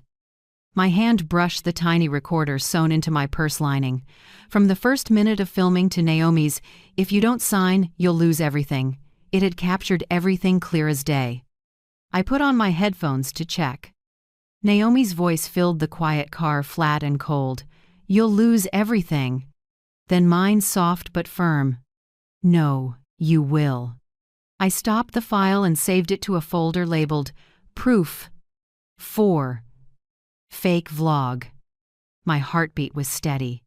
No longer the tremor of a victim, this was the rhythm of someone in control. The next morning, I met Floyd at his office. He listened to the recording, paused a few seconds, then let out a small, impressed laugh. "I can't believe how calm you were." I sipped my tea. "If I get angry, they think I'm weak. I choose silence. Silence scares them more." Floyd nodded. "Good. This is textbook coercion. You didn't just protect yourself. B, you let them paint their own villain portrait." He looked at me, gentle but firm. "How do you want to use it?" I smiled. "Not yet. I'll let Naomi post her video. When the time's right, I'll repost it with the behind the scenes she didn't know existed." That afternoon, I went home, opened Harold's USB, and looked at his face in the last clip. "If they try to take what's yours, use it." I spoke to him through the screen. "They're knocking on the door, love. All I have to do is press play." Then I opened my laptop, launched the audio editor, and dropped Naomi's threat into the tail end of family dinner with Grandma. Her bright smile at the dinner table cut hard into her own cold voice. "If you don't sign, you'll lose everything." I hit save. New file name, Final Dinner, Edit, MP4. I leaned back as the last light of the day warmed the desk. What I felt wasn't glee, it was peace. Harold had protected me with the USB. Now it was my turn to protect myself with the truth. That night, I sat in front of the mirror, looking at my reflection, older, tired, but with eyes that were bright, deep, and clear. I whispered, like a vow, "This time I'll be the one who turns on the mic last." On Monday morning, I arrived at Floyd's office earlier than usual. The rain had just stopped, and soft silver light filtered through the big window, giving the room a smoky sheen. The smell of fresh coffee mingled with old wood and paper, the scent of legal battles fought here before. Floyd was waiting. When I walked in, he stood and smiled lightly. "I take it you didn't sleep." I set my bag on the desk and laid everything out. Harold's silver USB, the backup drive with the edited video, and 2 thick folders, recordings, screenshots, document copies, all the evidence Naomi and Evan had handed us themselves. "I brought everything," I said evenly. "Every single thing they did, every word." Floyd plugged in the USB. A tiny green light blinked. He reviewed, flipped through, listened to Naomi threaten me, then looked up, his expression turning grave. "B, this is a legal goldmine. We have enough to charge elder abuse, coercion, and financial fraud. If you want, both of them could be facing prison." I was quiet for a few beats. The words "facing prison" made me shiver, not from fear, but from sadness. Evan is still my son. Then I remembered Harold. Remembered his words on the video. "If they take what's yours, use the truth." I lifted my head and spoke slowly. "We'll do it, Floyd. But not just for payback. I want justice to come, clean. I want the world to see the truth straight from their own mouths." Floyd nodded, his eyes full of respect. "So, we're on the same page. I have a plan." He spread a blank sheet of paper across the desk and drew a small diagram, numbering each step. "Step 1. I'll file a temporary civil claim, not public yet, just enough to freeze your current assets so they can't sell or transfer anything. Step 2. We'll prepare for the official reading of Harold's original will at the courthouse. Invite legal representatives, the media, and Evan's attorney. Everything must be recorded. Step 3. You'll appear as if you still trust your son and read the transfer document they forced you to sign. During that moment, they'll expose themselves." I looked at him and smiled. "You want me to pretend to be weak again?" "No," Floyd replied, his voice low but steady. "Not weak trusting. You'll make them believe they've won, right before they destroy themselves." I leaned back in my chair and exhaled. "Fair enough. They've always thought I was foolish. Now I'll just let them prove it." I took the photocopy of the so-called transfer document Evan had brought me and laid it on the table. The black print, no dates, no witnesses, still sent chills through me every time I looked at it. "I want to read this one last time in front of them." Floyd frowned. "You mean in public?" "Yes, I want them to hear it, to believe I'm handing everything over. And when they sign their confirmation, the recordings, the video, and Harold's USB will speak for themselves. At that point, they'll confess on their own." Floyd was silent for a few seconds, then smiled the smile of a man who'd seen arrogance collapse many times before. "You'll make them confess with their own mouths." "Perfect." He stood, poured another cup of coffee, and said, "I'll handle all the recording equipment. Also, I'd like to bring in a second attorney, a specialist in elder law. Her name's Marla Henderson. I think you'll like her." "What will she do?" I asked. "She'll observe, take notes, and serve as a witness if this goes to court. Neutral, so no one will suspect a thing." I nodded. Everything was moving into place, smooth, precise, like one of the chess games Harold used to teach me. When Floyd finished printing the paperwork, he carefully clipped each stack and slid them toward me. "Now your job is to stay quiet. Don't act different, don't say anything unusual. Let Naomi and Evan believe they're still winning." I looked out the window, where rain had started falling again. "Floyd," I said slowly, "do you ever think people show their true nature only when they feel safe?" "Always," he replied. That's why I chose this profession.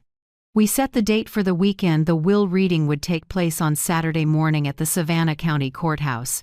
I'd arrive with Floyd and Marla. Evan and Naomi would be invited as the legal heirs to witness the full disclosure of Harold's estate. As I stood to leave, Floyd called out, "B." I turned back. He looked at me with genuine warmth. "You're not just a client. You're proof of something I've always believed. Justice often comes from the people the world sees as the weakest." I smiled, the first real smile I'd had in months. Harold always said my strength was patience. Maybe he was right. That afternoon, I went home and opened my voice recording journal again. I recorded a new entry. May 27th. I've handed all evidence to attorney Floyd Patterson. He confirmed, enough to prosecute for elder abuse and financial fraud. We'll present Harold's original will on Saturday. I'll read the transfer one last time so they think they've won, but that moment will be their confession. Everything is ready. I stopped recording and looked around the room. On the shelf, the music box sat still. The USB had been returned to Floyd, and Harold's photo was there, smiling, gentle-eyed. I whispered, as if he could still hear me. "Darling, I'm about to do what you never dared, bring justice into the light." The next 3 days, I lived slowly, as if everything were normal. Naomi kept calling, her voice sweet as syrup. "Mom, remember to dress nicely this weekend. We're taking you out to lunch," I answered. "Of course. I also have something I want to show you both." After hanging up, I looked out the window. Sunset stretched across the wet street like a mirror. A calm washed over me, the kind that comes when fear no longer has a place to hide. The next morning, Floyd texted me a short message. "Cameras, witness, and Marla are ready. Let them perform, B." I read it and nodded. In my mind, I heard Harold's voice, warm, steady. "You're stronger than you think, B." I smiled. And I knew the reckoning had already begun, not in court, but in the hearts of those who thought they'd won. Saturday arrived. It was also Evan's 40th birthday. Naomi had sent invitations a week earlier, embossed with gold letters, birthday cruise, celebrating family, success, and legacy. A fitting irony, since she had no idea that the word legacy was about to become her worst nightmare. That morning I wore the navy silk dress Harold once gave me, high collar, perfectly tailored. I pinned the silver bird brooch he'd gifted me just before he died. When I looked in the mirror, I saw a different woman. Not the frail mother they pitied, but someone calmly preparing for Judgment Day. Floyd called at 8 a.m. "Everything's set. Once you text begin, I'll release the official statement. The LED screens on the yacht will automatically stream the live feed from the local news network." I smiled. "Perfect. Let them blow out their candles in the light of justice." The yacht, Savannah Pearl, was docked at the river pier, its lights sparkling on the water like 1,000 diamonds. As I stepped aboard, jazz music floated through the air, mingled with laughter and clinking glasses. The guests were all of Evan and Naomi's wealthy friends, business people, investors, influencers. Everyone dressed to impress, holding wine glasses, the river's glow making the scene look like a luxury commercial. Naomi came to greet me first. She wore a crimson gown, hair in a sleek bun, her smile flawless and fake. "Mom, you made it. I'm so glad. You're the second most important person today." "Second?" I asked. "Of course," she giggled, her eyes sparkling. "Evan's the first, but you give this party its meaning. I even made a special tribute video for you." I smiled gently. "How touching, Naomi. You always know how to surprise people." She didn't know the real surprise was sitting quietly inside my phone. Evan appeared next, in a smoky gray suit, looking radiant. "Mom, I'm glad you came. Things are better now, right?" "They are, son," I said warmly. "Today's special. Let's not talk about the past. Let's just celebrate." He sighed in relief, as if I'd forgiven him. Holding Naomi's hand, he turned to introduce me to his friends. "This is my mother, the woman who taught me everything about patience and responsibility." Applause rippled through the crowd. The live stream cameras panned across my face. Naomi smiled sweetly for the lens, then looked straight at me with that smug glint, certain she owned the board. I simply raised my glass and said, "Happy birthday, Evan." The party began. The yacht drifted off the dock, gliding through golden evening light. Naomi directed the film crew, every camera angle perfectly staged, white linens, a 5-tier cake, crystal flutes of champagne. A cameraman leaned toward me. "Would you like to say a few words for your son, Mrs. Langston?" I turned to the lens, smiling softly. "I just want to say, a mother is truly happy when her son learns that honesty is the greatest gift a parent can leave behind." Naomi froze for half a second, then clapped to drown out the tension. "So touching, Mom! Everyone heard that? That's why I love her so much." Evan raised his glass high. "To Mom, the strongest woman I know." Cheers erupted, glasses clinked, music swelled again. I looked at the clock. 7:17 m, right on cue. I pulled out my phone, typed 2 words, "Begin now," then hit send. Within minutes, the music cut out. A technician rushed over to whisper something to Naomi. She frowned. "What's going on?" "Why did the main screen just turn on?" Everyone turned toward the massive display mounted mid-deck where the family dinner with Grandma video had been playing earlier. Now, against a solemn musical score, bold red text appeared. "Breaking news. Savannah County Court confirms validity of Harold Langston's original will." A reporter's voice came through the speakers. According to official sources, the original will, signed by the late businessman Harold Langston on March 12, 2018, names Mrs. Beatrice Langston as the sole legal heir. All assets, including company shares, real estate, and offshore accounts, are under her rightful ownership. A murmur spread through the deck. Some guests glanced around in confusion, while the live stream cameras kept rolling, capturing every stunned face. Naomi froze.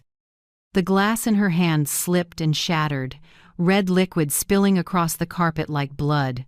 Her face went white, her eyes wide, her mouth trembling. "No, that was supposed to be void."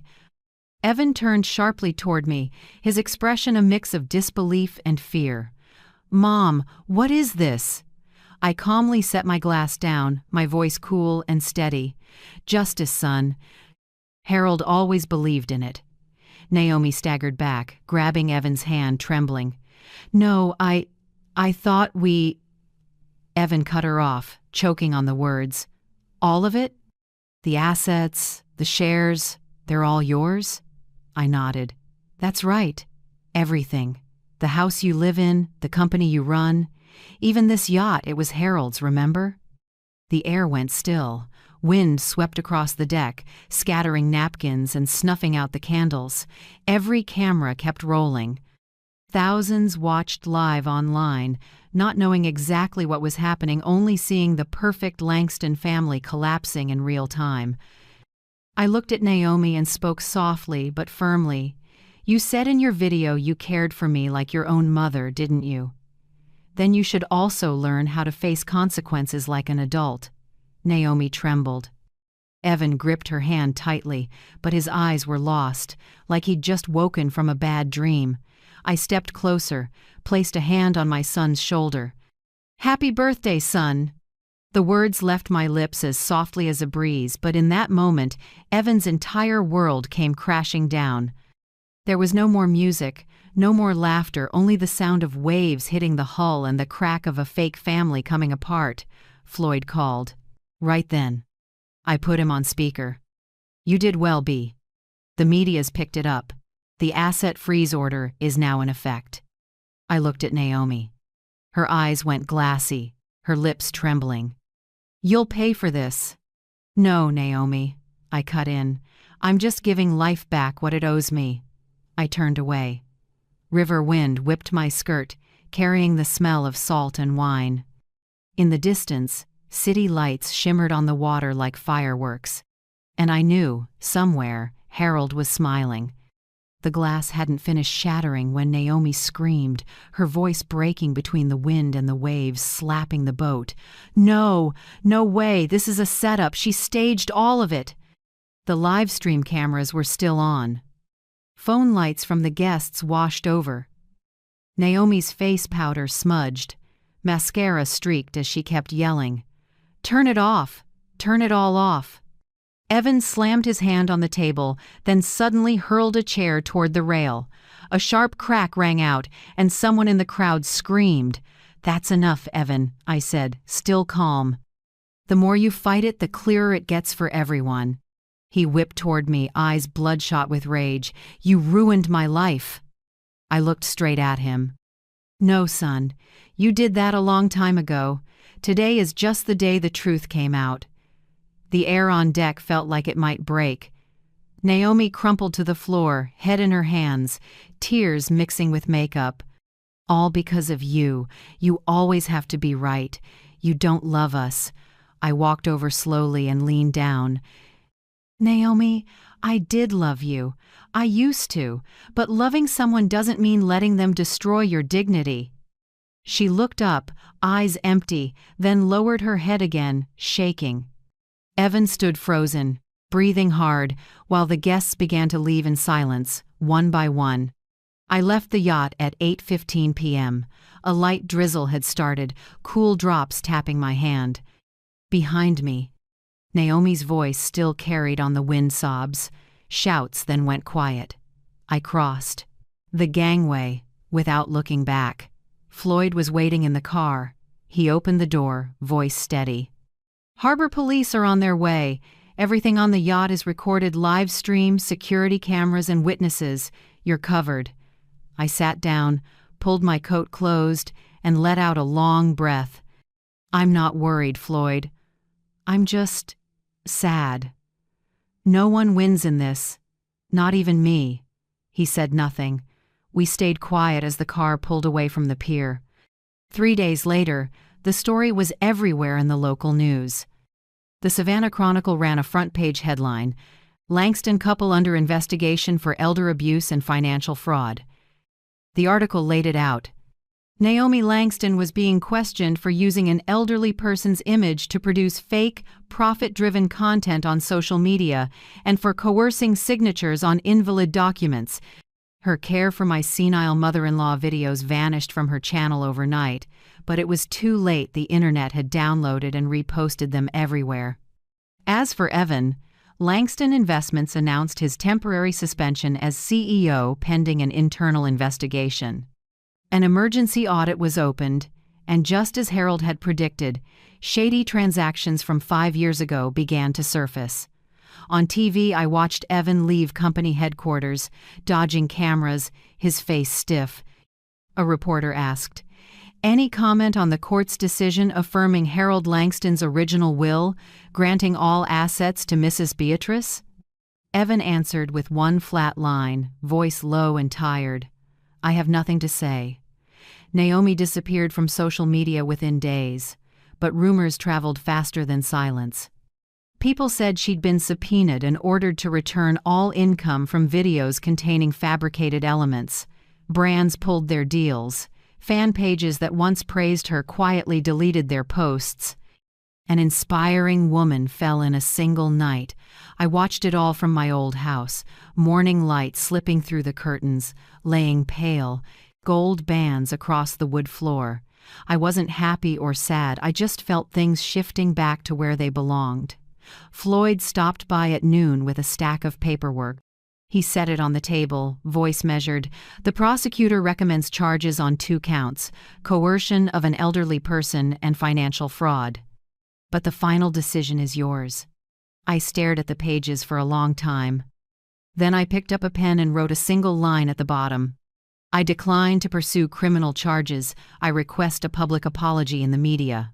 Floyd looked up, surprised. "Are you sure? You could have them put in jail." I nodded. "I know, but Harold taught me this. Not every victory needs a loser. I have my dignity back, and the truth is out. That's enough. That afternoon I sat on the porch and listened to the rain patter on the roof. Lydia stopped by with a warm apple pie. "I saw the news," she said, setting the box down. "You're something else. Didn't even need the courtroom to make them collapse." I smiled. I used what they never understand, patience and truth. Lydia sat beside me, pouring tea, her voice lower. "So you've won. How does it feel?" I looked out at the rain-wet yard where the white orchids bent in the breeze. "I don't feel like I've won. I just feel lighter, because I didn't answer with anger. I didn't need to smash back or shout. I let time and the law speak." Lydia nodded softly. "That's the real win." A week later, a handwritten letter arrived from Evan. Just a few lines. "Mom, I'm sorry. I have nothing to say except that I regret it. If Dad were alive, he probably wouldn't forgive me. I hope you find peace, even if I don't deserve to be in it." I folded the letter and put it in a drawer. Tears fell, but they weren't bitter, just clear, from someone who'd come through a storm. That night, I opened Harold's music box again. The blue Danube drifted out, gentle, sad, and beautiful. I whispered, "Do you see, Harold? We won. Not with power, not with force, but with intelligence and grace." The music echoed through the room, blending with the rain outside. I closed my eyes and breathed in deep. In that moment, I wasn't a mother betrayed or a victim of greed. I was a woman who stood up from the wreckage and used her mind and resolve to reclaim justice for herself. And I knew Harold would be proud. As for me, I could finally smile and say quietly to myself, I won. Not with violence, but with wisdom. The first morning after that storm, I woke, before the sun had pushed through the curtains. The house was so still I could hear the clock ticking, steady and slow. On the table, Harold's music box sat open, letting the last notes of the blue Danube fade. I walked to the window and drew in the scent of the after-rain air, the damp earth, the pines, and the smell of freedom. I was 69, and I had never felt this alive. That day, I went back to the community center after more than 2 months away. The old wooden door had barely opened when I heard a familiar voice. "Beatrice! Oh my goodness, you're here!" Lydia hurried over, eyes shining. She hugged me like she was afraid I might disappear again. "Beatrice, you're living proof that justice has no age. I saw everything, the news, the reports. Everyone says you're so brave." I laughed, squeezing her back. "I'm not brave, Lydia. I just got tired of being underestimated."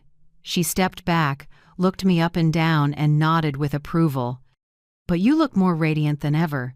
Isn't there a saying, leave the wrong people behind and your face glows brighter than the bathroom lights?" We both laughed. The sound filled the little room, weaving through the smell of oil paint and the jazz drifting from an old radio in the corner. The art room was unchanged. Worn easels, chipped jars of brushes, half-finished canvases on the walls. Morning sun slanted through the window, catching on dried streaks of paint and throwing tiny rainbows. Pat, the silver-haired woman with the red scarf, waved. "B, we kept your seat. Same spot by the window." I smiled, sat down, and opened my paints. The scent of color mixed with someone's mint tea made the space feel easy and kind. The young instructor, Emily, walked over and said softly, "Miss B, the center board met last week. They'd like to invite you to teach a basic painting class for the new seniors. If you're willing, we can start next month." I looked up, a little stunned. "Me?" "Yes. Who better to inspire people?" Emily grinned. "They said if a 69-year-old woman can start again, no one's too late to pick up a brush." I glanced around the room at my friends leaning over their palettes, chatting quietly. My heart stirred. I smiled and nodded. "All right, I'll teach. But not flowers or still life. I'll teach them how to paint themselves." The weeks slid by as gently as a stream. Each morning I walked to the center with a small basket of pastries and a thermos of tea. Lydia waited at the gate with her old yellow umbrella. We called it the journey to find color again. In class, I taught how to mix light, how to use a fine brush for small details. Some painted skies, some their front yards. I just drew simple curves, like scars that had closed. Every stroke was a wound soothed, a memory forgiven. Once, as we arranged paintings for the center's little exhibit, Lydia asked, "B, if Evan and Naomi come to apologize, will you forgive them?" I stayed quiet for a while. Then said, "Forgiving doesn't mean forgetting, Lydia. It just means you won't let the past drive your life anymore." She nodded, sighing softly. "I wish I'd learned that sooner." "We all learn late," I said. "At least we learn." She smiled at that, and I realized her smile, like mine, was the kind of light that only comes after very long nights. One afternoon, I lingered after class, while the sunset turned the brick wall reddish gold. On my easel sat a new painting, an older woman with silver hair standing among white orchids, sunlight across her shoulder. Her smile was calm, needing no audience, no approval. I titled it Reborn at 69. When I signed the corner, my hand didn't shake. I knew the lines were more than color, they were proof I could still create, still live, still begin again. That evening I got home late. Moonlight lay across the wooden steps, crickets singing in the yard. I brewed chamomile tea and opened the window. Cool air drifted in with the smell of earth and rustling leaves. On the table, Harold's music box waited silent, but ready to sing at the lightest touch. I whispered, "Harold, do you see? I'm still here, still painting, still smiling, still living." I smiled, laid a hand over my heart, and felt my pulse steady and strong. At 69, I no longer dream of distant things. All I wish for each morning is sunlight streaming through the window, a warm cup of tea, and the laughter of my friends at the community center. Because, as it turns out, true happiness doesn't come from holding on, it comes from knowing when to let go, so the soul can breathe and kindness can bloom. I set my teacup down and looked out at the garden, where the wind was gently stirring the white orchids. And in that soft, dim light, I saw it clearer than ever before. Life, even after all the scars, can still be beautiful. Every mark, every crack, proof that we have lived, endured, and been reborn. That afternoon, a light rain fell over Savannah. It wasn't heavy, just enough to blur the window pane and fill the house with the scent of damp wood and tea. I was at my table, adjusting the frame of Reborn at 69 to send to the community center's exhibit, when a knock came at the door, slow, hesitant, like the person behind it wasn't sure they should be there. I wiped my hands and opened it. Evan stood on the porch, shirt soaked through, face worn and older. In the fading light, I saw strands of gray in his hair, the kind I once thought only his father would have. In his hand was a brown envelope, damp from the rain, its corners creased and softened. "I know you don't want to see me." His voice was hoarse. "But please, Mom, just a few minutes." I stayed quiet, then stepped aside. "Come in, it's raining." My son stepped in, still wearing his wet shoes, afraid to dirty the floor. That small gesture, so careful, softened something in me. I poured him a cup of hot tea and set it on the table. The rising steam blurred his face. Evan placed the envelope down and slid it toward me. "Mom, I brought this. I think you should see it." I opened the envelope. Inside were a few old photos, the ones I thought had been lost when Harold was still alive. Evan at 10 years old, standing on Tybee Beach, his small hand gripping his father's, both smiling, the sunlight glinting off the waves behind them. I touched the photo gently, memories flooding in like the tide. Harold teaching Evan how to skip stones, racing him down the shore, their laughter carrying through the salt air. Beneath the photos was a folded sheet of paper. I opened it. The handwriting trembled, the ink smudged by rain or tears. "Mom, I don't know where to begin. It took me too long to see how far I'd gone wrong. When Dad died, I thought I had to be strong to hold everything together, the company, the money, the family's image. But I forgot what mattered most, you. I forgot who you are. Forgot the woman who taught me what's right and what's enough. I'm sorry. Not because I lost everything, but because I made you carry the pain. I don't ask for forgiveness. I just hope that one day I can look at you without seeing disappointment in your eyes. Evan." I set the letter down, my hand trembling slightly. Outside, the rain thickened, each drop tapping the window frame, steady as a clock. "Mom." Evan's eyes were red. "I don't know what else to say. Since the court ruling, I've lost my job. Naomi left with Leo, but 2 weeks ago, she brought him back, said a boy needs his father." His voice cracked. I realized then I had almost become the man I used to despise most, someone blinded by greed. I stayed silent, watching the tea between us. The steam still rose, but it was fading. "Mom," he continued softly, "I remember something Dad once said. Evan, if you don't know how to keep your integrity, don't expect to keep anything else. I didn't understand it when I was young. But now I do. Losing my job, my name, I finally see he was right. And so were you." He drew a breath, almost whispering now. "I'm sorry I didn't believe you. I'm sorry I let Naomi lead me. I'm sorry I forgot that everything I ever had started with Dad's 2 hands and your forgiveness." I looked at my son, the same man who once stood tall in arrogance, whose words had once shattered me, now sitting there. Shoulders slumped, head bowed. What I saw was not weakness, but a man finally learning the cost of pride. I stood, went to the wooden cabinet and opened the drawer. Inside was Harold's handwritten letter, the one I'd kept since the day he died. I took it out and placed it beside Evan's. "Do you know what your father wrote in this?" Evan shook his head. I opened it and read slowly. "If you're reading this, I'm gone. Don't ever let grief make you lose faith in family. Even if Evan loses his way, he'll find it back someday. When he does, don't close the door. Because sometimes forgiveness is the greatest inheritance of all." Evan bowed his head, tears dripping onto his hand. I folded the letter and placed it in his palm. "You see," I said softly, "your father still believed you could be good again, and so do I. But apologies aren't enough. If you mean it, teach Leo to be kind, to know right from wrong, to love.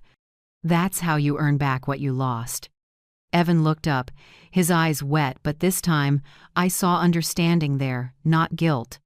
"Mom, I promise. I can't undo everything, but I'll raise Leo differently. I'll tell him about Grandpa, about you, and about what greed costs." I smiled gently, my lips trembling. "That's enough, son. That's all I need." We sat in silence for a long while. Rain whispered outside like the past, breathing softly through time. Evan stood, picked up the envelope of photos, then set it back on the table. "I'll leave these with you. I think Dad would want you to keep them." At the door, he turned, eyes lowered. "Mom, can I visit sometimes?" I looked at him, my heart calm as a lake after the storm.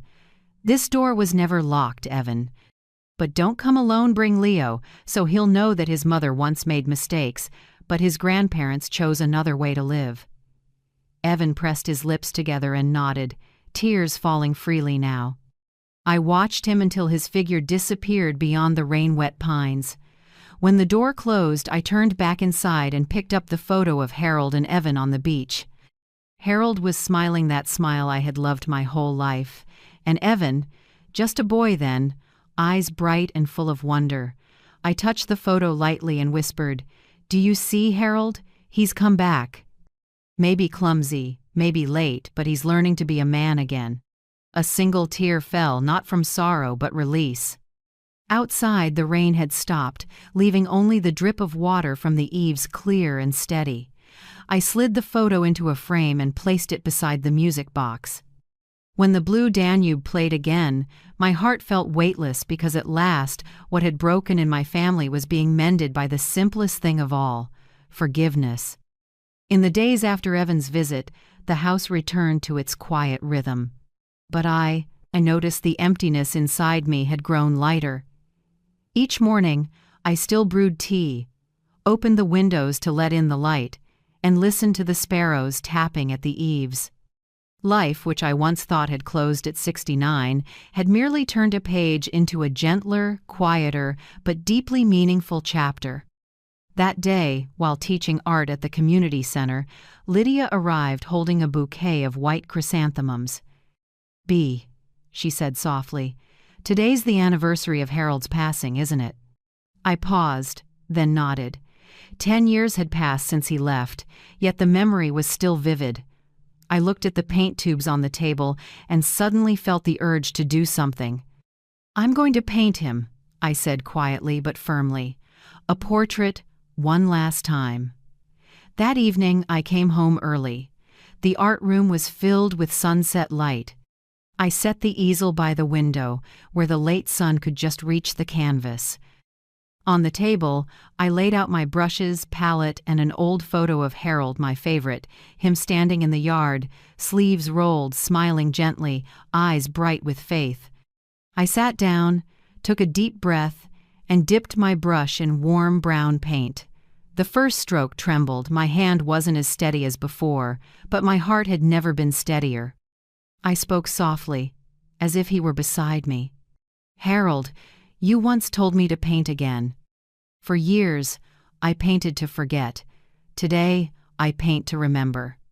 Each stroke was a memory: his laugh on the porch, the tap on the door when breakfast was ready, his hand on my shoulder when I trembled during that first court hearing after losing him. I blended blue into the background, a touch of soft yellow for light, and deep walnut brown for his eyes. Harold's gaze slowly appeared gentle, calm, forgiving. My chest tightened, but not with pain, only warmth, as if he was standing just behind me, watching every stroke. When Lydia arrived, I was still at the easel, silver hair falling over my shoulders. She stood there for a long moment, then breathed, "B, it's the most beautiful painting I've ever seen. Not because of technique, but because it's alive." I smiled, set my brush down, and looked at the portrait once more. In it, Harold stood slightly turned, light behind him casting a faint halo around his frame. I had already given it a title, "The Man Behind Justice." Because to me, Harold wasn't just a husband, he was the solid ground beneath my feet, the one who stood behind me whenever I faced the world's darkness.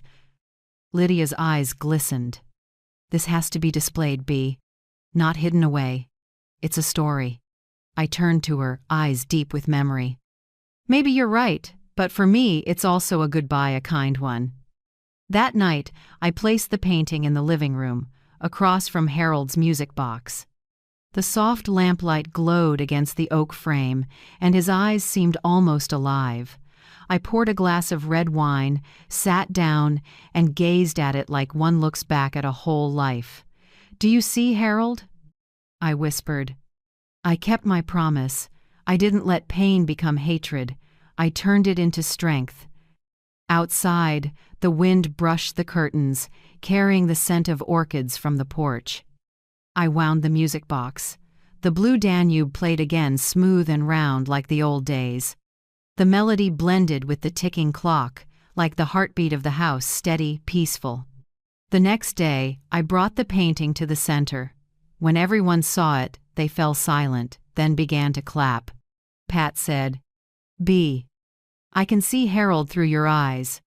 Not just him, but the kindness you carry." Emily, the young instructor, stood quietly, voice trembling.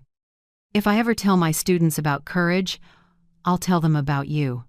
Not because you defeated anyone, but because you chose not to become like them." I only smiled and bowed my head. Lydia touched the frame, turned to me, and said, "Beatrice, he must be so proud." I whispered, "So am I, Lydia, because I Finally found a way to say goodbye, not with tears, but with color. At dusk, after the exhibit ended, I stayed alone in the gallery. The soft yellow light fell across the painting, bringing Harold's face to life, and I realized I no longer felt pain when I looked at him. What I felt was gratitude. Because he'd left me more than a marriage, he'd left me faith. That justice always has someone standing behind it, and that goodness always wins in the end. I touched the corner of the frame and smiled, then turned and walked out. Sunlight streamed through the doorway, painting my hair in silver. Life, after all its storms, still offered a place to return to the one we create with trembling hands and an unshaken heart. That night, before bed, I hung Harold's portrait back in its place beside the window facing the garden. I whispered to the wind, "Rest easy, Harold, I've made it through. And I'm still standing because of you." A soft breeze brushed the canvas, making it quiver lightly. I closed my eyes and listened to my heartbeat, slow, steady, at peace. I knew then this wasn't just my final painting. It was the closing period of a chapter that ended in quiet grace. On Monday morning, while I was tending to my orchids on the porch, the phone rang. A woman's voice came through, gentle yet full of energy. "Hello, Mrs. Beatrice Langston. This is Michelle from Savannah Local News. The community center told us about you, the woman who teaches art and just held the exhibit The Man Behind Justice. Would you be willing to join us for an interview? We're producing a feature on elder abuse." I froze for a second. The word abuse still made my heart tighten. I looked toward Harold's portrait hanging in the living room, sunlight glinting off the oak frame. "All right," I said, my voice calm but firm. "If my story can help someone else stand up, I'll do it." 2 days later, the film crew came to my house. The small living room had been neatly arranged, soft lights falling on Harold's portrait behind me. Michelle, the young reporter, sat across from me, notebook in hand, and asked softly, "Mrs. Beatrice, what made you agree to share your story?" I smiled, my hand resting lightly on a cup of chamomile tea. "Because there are so many people like me, Michelle. So many older folks treated like burdens, deceived, used, and taken for granted. But we stay silent, thinking that love means endurance. I wanted to tell them, love should never mean bowing your head." Michelle nodded, admiration shining in her eyes. "So, where did your story begin?" I took a deep breath. The camera light made everything in the room feel slower, more deliberate. Then I told her slowly, clearly about what had happened. How my daughter-in-law pressured me to sign an insurance paper. How my son stood by silently. How I pretended to be confused. And how a blue envelope from Harold changed everything. I never mentioned Evan or Naomi by name. I only said, "It's the story of a mother once dismissed by the people she loved most until she realized she didn't need to be weak to be loved." When the feature aired, I never expected it to reach so many people. At first, it was just an 8-minute segment titled "The Woman Who Wouldn't Bow, a Story of Courage at 69. Michelle stood before the camera, her voice warm and steady. In a world where old age is often seen as a time to rest, some still fight not to reclaim wealth, but to reclaim dignity. My image appeared on screen, a silver-haired woman sitting in a bright room, Harold's portrait behind her. I was smiling, calm, no bitterness left. I remembered the final question of the interview. If you could send a message to older people facing injustice, what would it be? And I had answered, with all my conviction, "Don't let anyone tell you you're too old to start again. Age isn't the end of a great story. It's a chapter you have the right to rewrite with courage." Within 2 days of airing, the TV station was flooded with messages and letters. A woman from North Carolina wrote, "Mrs. Beatrice, I watched your story with my mother." She cried, then called me over to hug her. "Thank you for helping us understand each other again." A man from Texas emailed, "I once signed over my house to my son without reading the papers. Now I've hired a lawyer to review them." Thank you for giving me back my courage. And children ones I'd never met sent drawings of an old woman with silver hair holding a paintbrush standing before a glowing painting. One little girl had scribbled beneath her drawing, "Grandma B fights with kindness." I sat for a long time staring at those words. Harold once told me, "You'll never win with resentment." Now I finally understood he was right. A week later, Michelle called again. "Mrs. B, did you know? Your story's gone statewide. The network's calling you Grandma of Justice." I laughed, nearly spilling my tea. Grandma of Justice? Oh dear, that sounds like a movie character. Michelle chuckled over the phone. It's true, though. People aren't just admiring you for winning, they admire you for not seeking revenge. They say you make them believe goodness still exists. I paused for a moment, then replied, "If that's true, then I'm only keeping alive the flame Harold once lit. I'm just the one making sure it doesn't go out." The next day, the community center hung a photo of me in the main hall, with a handwritten line from Lydia underneath. She stood tall when the world tried to bend her. People started calling me by that new nickname, half joking, half proud, Grandma of Justice. At first, it embarrassed me. But I learned to smile, because I knew the title wasn't just for me, it belonged to every woman who once suffered in silence and now dares to speak up. That evening, when I got home, I replayed the news segment, watching it alone. When my face appeared on the screen, I didn't see an old, weary woman anymore. I saw a survivor, and more than that, someone who chose forgiveness without surrender. On the table sat Evan's letter, still framed. I whispered, "Son, I didn't mention your name, because this story isn't meant to hurt anyone. It's just to remind people that sometimes justice isn't found in court, it's in how we keep choosing to be good, even after being betrayed." Outside, the wind carried the scent of night orchids through the porch. I smiled, took a sip of tea, and felt a peace deeper than I'd ever known. At 69, I never imagined I'd appear on television, much less become a symbol of anything. But sometimes, all it takes is one person refusing to bow, and the whole world has to look up. One early April morning, as the orchids in my garden began to bloom, I received a pale yellow envelope. In the upper left corner was a familiar handwritten line that made my heart tighten. "For Mrs. Beatrice Langston, private." I held it, caught between curiosity and fear. For 10 years, every time I saw Floyd Patterson's handwriting, I thought of Harold. Floyd had been our family's attorney and the only person Harold trusted besides me. When I opened the door, Floyd was standing on the porch, wearing his old fedora. He still moved with that slow, steady calm, but his eyes carried something new emotion he couldn't hide. "Hello, Mrs. B," he said softly. "I was sorting Harold's old files in storage. There's a letter he left marked, 'To be delivered only when Beatrice has overcome everything.' I think now is that time." I froze. Overcome everything. The phrase echoed inside me like a long bell toll. I had faced betrayal, tears, courtrooms, and forgiveness.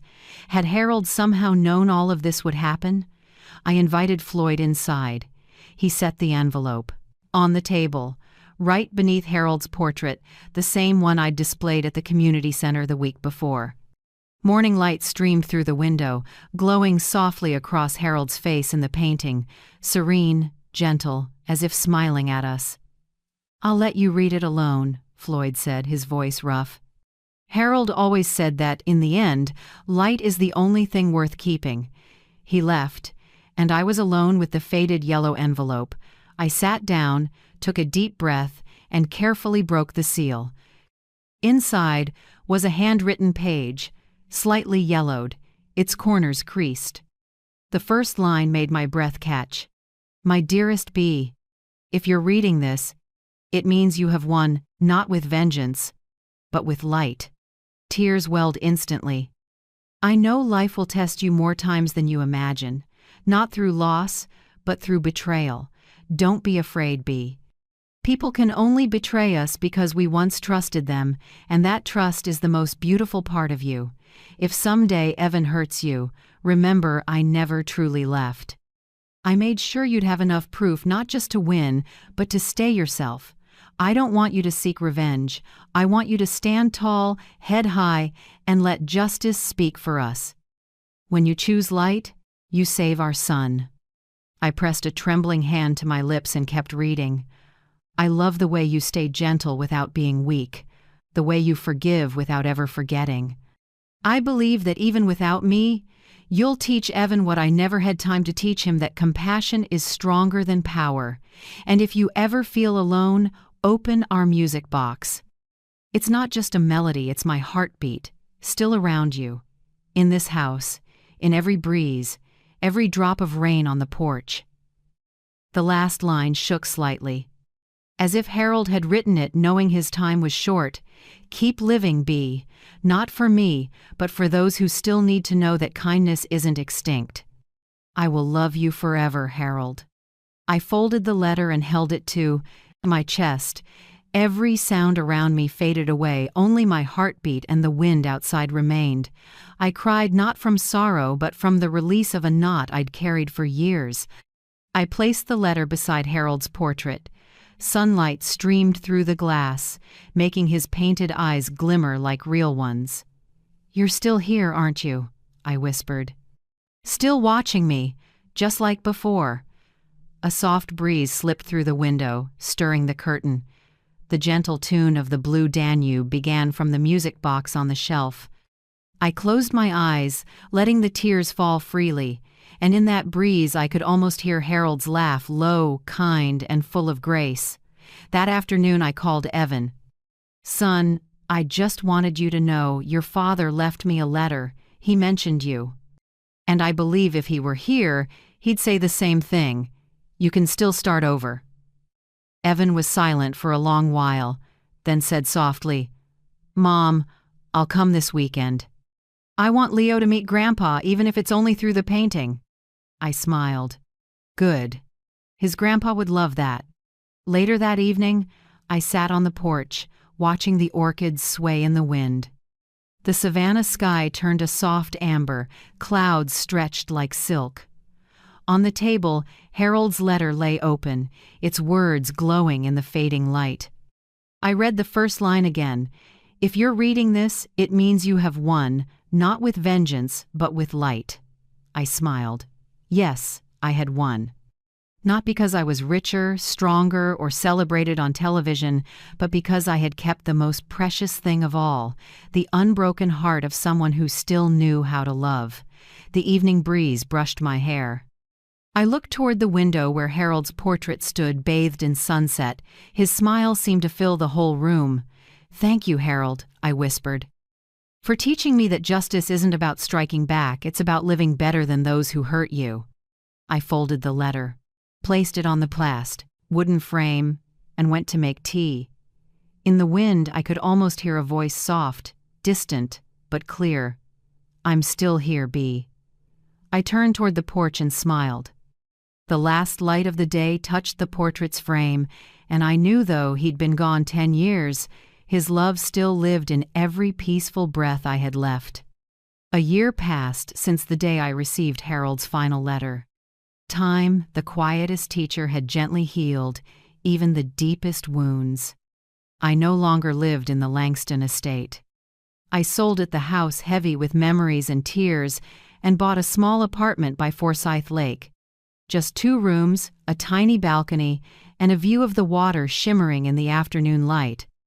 I hung white curtains, placed orchids by the window, and every morning when sunlight poured in, I felt weightless.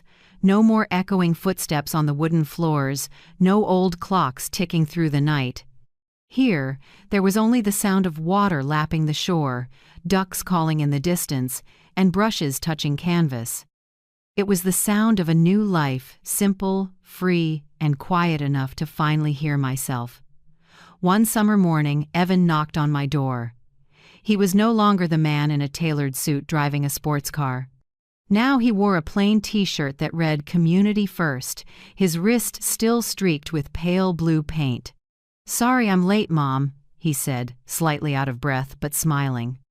"Our group just finished repainting the nursing home downtown." I looked at his hands, calloused, speckled with dried paint, and my heart warmed. "How long have you been volunteering?" I asked, pouring him tea.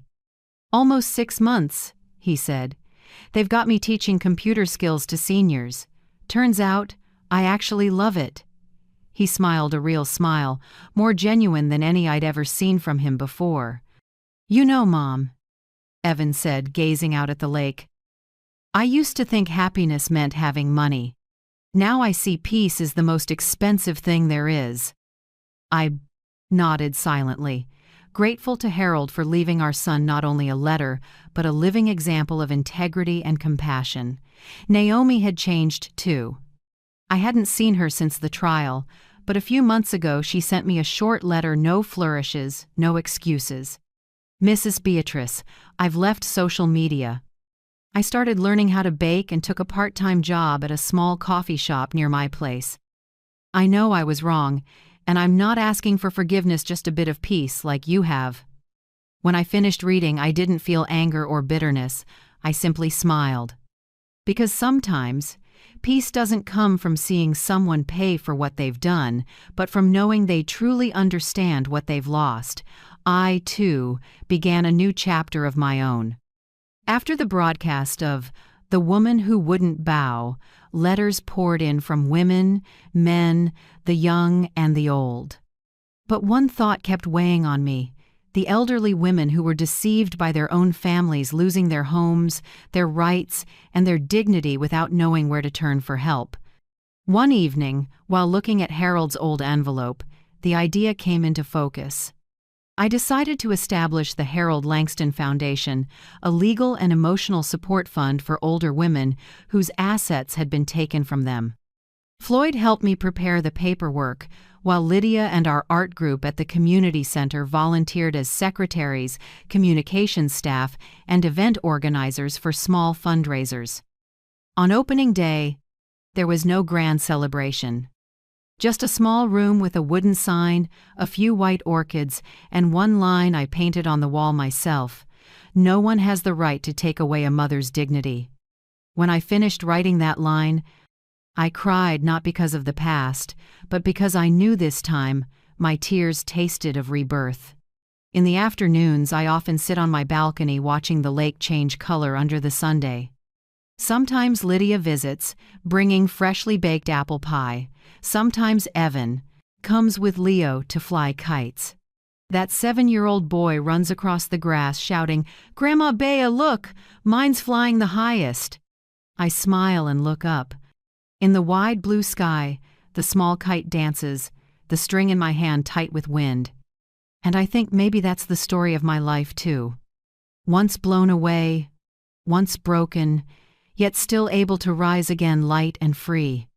At night, I light a small candle beneath Harold's photo on the wall. The flame flickers, casting moving shadows over the words painted there. "No one has the right to take away a mother's dignity," I whisper. "Do you see, Harold? I did what you hoped I would. Not just to stand up, but to help others stand with me." Outside, crickets sing softly, the breeze passing through the orchids by the window, carrying their gentle scent. I take a sip of tea and murmur, 1 year has passed, and everything has finally found its rightful place. When the moonlight reflects off the lake, I open the old music box again. The Blue Danube plays, its notes circling through the air like memories. I lean back, close my eyes, and let the melody wash through me. Life doesn't have to be perfect to be whole. All it takes is knowing when to let go, whom to love, and how to keep your dignity. That's enough to call it a victory. One early autumn morning, as the trees around the lake began to turn gold, I received an invitation from the community center. Autumn Art Exhibition. Theme: The Return of Light. Below it was a handwritten note from Lydia, her letters round and neat, B, we'd like to display your painting, The Woman Behind Justice, at the center of the exhibit. It's not just a painting, it's our story. I sat at my table for a long while, looking at the card. The Return of Light, such a simple, beautiful title. Perhaps nothing could describe my journey better, from the darkness of betrayal to the gentle glow of forgiveness. On opening day, the hall glowed with the gold of lamps and autumn leaves. The Woman Behind Justice hung in the center, framed in polished oak, soft light falling over Harold's eyes. Beside it, a small plaque read, "A portrait painted by Beatrice Langston, age 69, founder of the Harold Langston Foundation, symbolizing the strength of compassion and resilience in justice."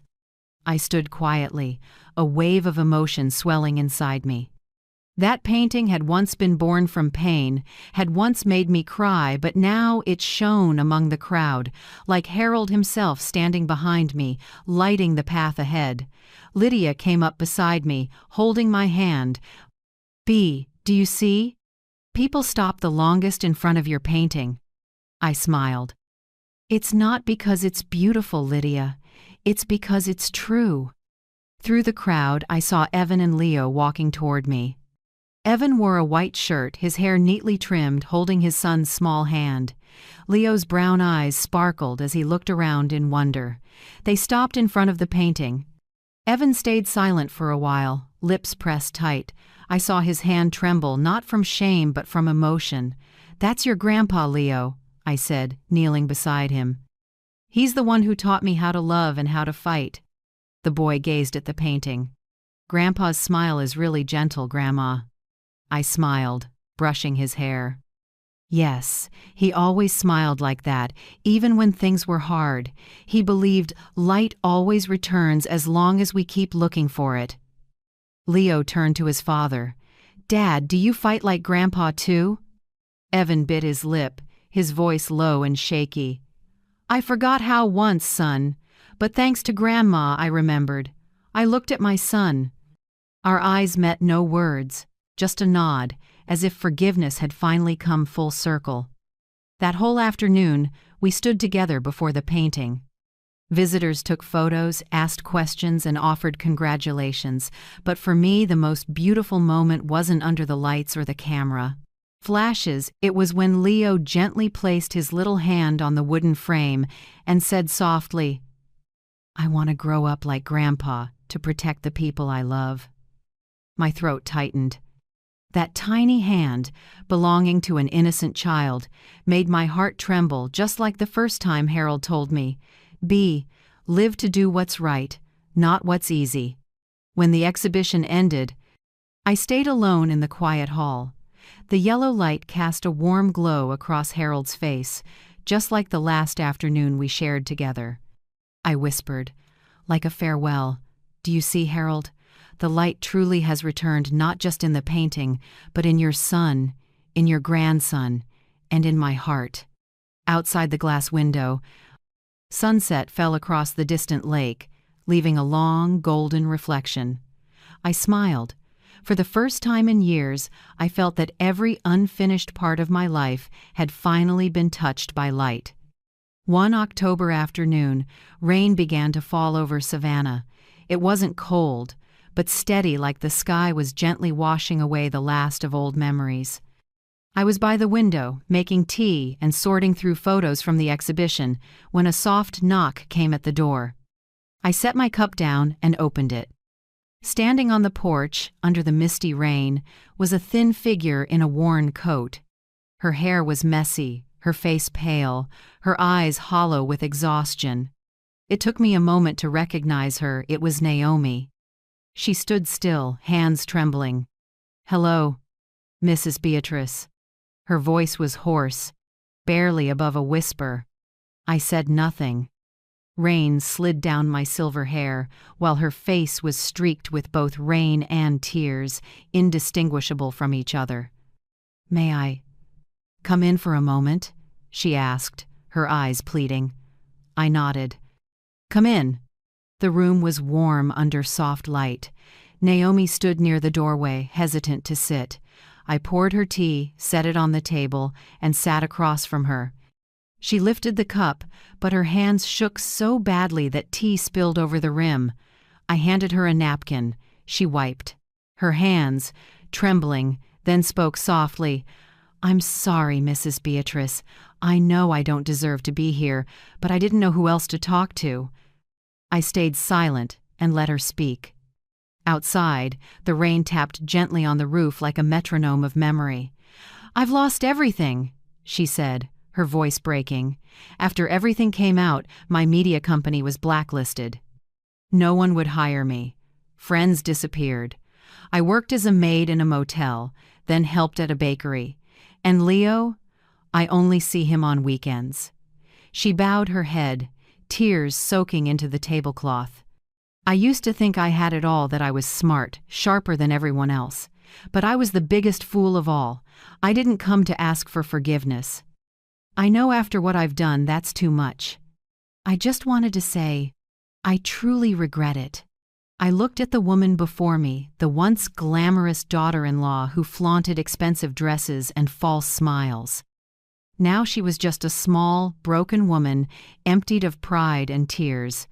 "Naomi," I said slowly, "if you came to hear that everything's in the past, then yes, it is. But forgiveness doesn't mean forgetting, and it certainly doesn't mean returning."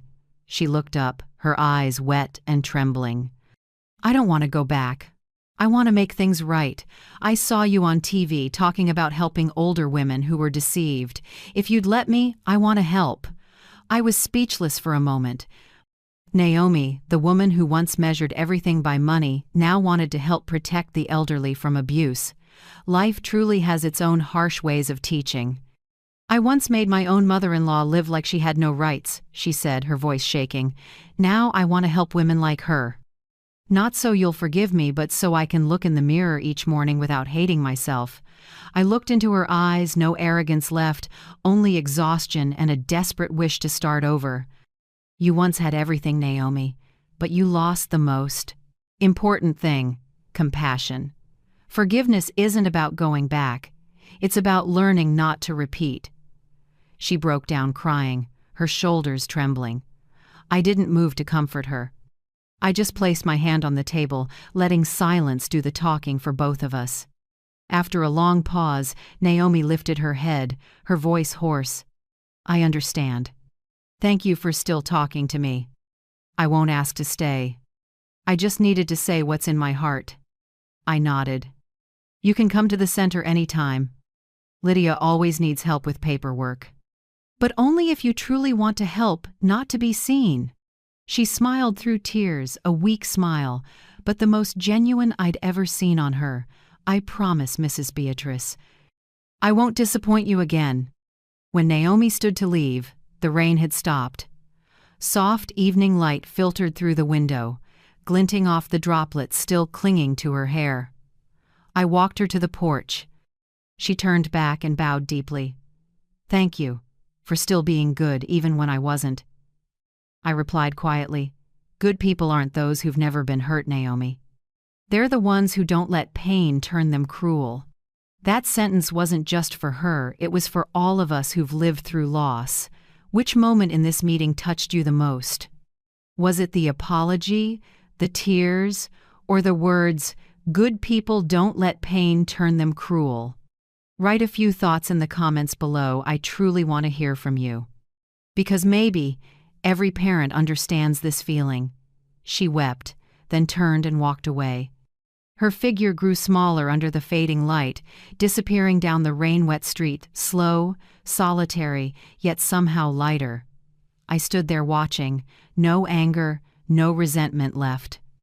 Only a quiet ache, like seeing a wilted flower still trying to stand against the wind. I turned back inside, resting my hand on Harold's photo. "Do you see, Harold?" I whispered. Even Naomi has learned how to bow, but this time not to hurt anyone.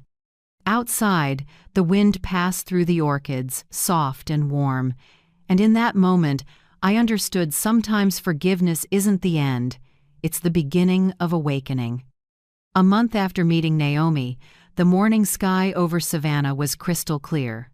Sunlight shimmered across the lake, spilling through the white curtains of my small apartment. On the table lay a folder stamped in red, "Official Registration, the Harold Langston Foundation." I touched the seal, feeling my heartbeat steady and strong. Everything that began as pain had now transformed into an act of light. Floyd, the old lawyer and dear friend who had once stood beside Harold, arrived earlier than planned. He placed a large envelope on the table and smiled. "Congratulations, B. Harold would be proud to know that the woman he loved turned loss into hope for others." I nodded softly. "It's not just mine, Floyd. This is something we've all carried together." The launch ceremony for the Harold Langston Foundation was held at the community center where it had all begun. The room was full. The elderly art students, women who had once lost everything to deceit, and young volunteers. At the front, Harold's black and white photo stood on a simple wooden easel. Beneath it, the words, "In memory of Harold Langston, a man who believed that justice begins at home." I stepped up to the podium. But before speaking, I saw Evan sitting in the front row, Naomi beside him. Both quiet, both listening with humble eyes. On Evan's lap sat Leo, holding a handmade sign that read, in uneven crayon letters, "Go Grandma B." Warmth spread through my chest. "Ladies and gentlemen," I began, my voice a little shaky, "I'm not a hero, and I'm not unbreakable. I'm just a woman who was once hurt by her own family, and because of that, I learned what real strength is." The room fell silent. I looked over at Harold's photo, then continued. "Justice isn't just for revenge. Justice is for healing. It helps us get back up, not to strike back, but to restore our faith in ourselves and in people." Applause broke out. I saw Lydia wipe her eyes, and Floyd give a small nod. After the speech, Floyd stepped up to announce the first donation. The Harold Langston Foundation is officially launching with $50,000 donated by Evan Langston. The hall gasped, then grew quietly moved. Evan stood and spoke briefly. "I can't erase past mistakes, but I can start over by doing what's right." I looked at my son. His eyes were different now. No arrogance, only sincerity and responsibility. I knew that if Harold were here, he would be smiling. Naomi came forward too. She wore a simple white shirt, her hair tied low, her face still gaunt but her eyes clear. "I'll handle communications for the foundation," she said, "so people know that even after we fall, we can still become part of something good." I smiled at her. "Welcome back, Naomi." This time, facing the right light. The ceremony ended with long applause. I stood by the window, watching the older folks and the young people leave with eased faces. Outside, sunlight shone on the new sign in front of the center. Harold Langston Foundation. For dignity, for justice, for hope. For dignity, for justice, for hope. I pressed a hand to my chest and heard my heart beat calmly. In the end, what Harold left wasn't just assets or a will, it was a legacy of trust and dignity. When everyone had gone, Evan came to me and spoke softly. "Mom, I understood something today. The justice Dad believed in, it isn't in the courthouse. It's right here in the human heart." I smiled and put a hand on his shoulder. "That's right, Evan. And today, you found it." The last light of day washed our faces in warm gold.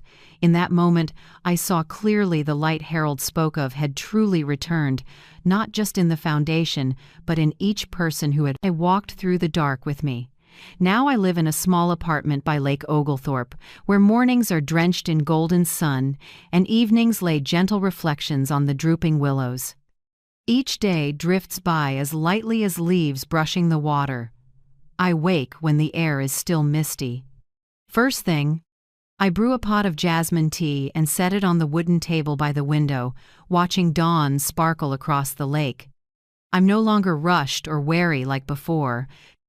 My life is made of slow rhythms now, the soft boil of water, the whisper of a brush across canvas, the faint scent of oil paint in a small room. On the east wall, I've hung the paintings I've made over the past 3 years: The Woman Behind Justice, The Return of Light, Mother and Boy by the Lake.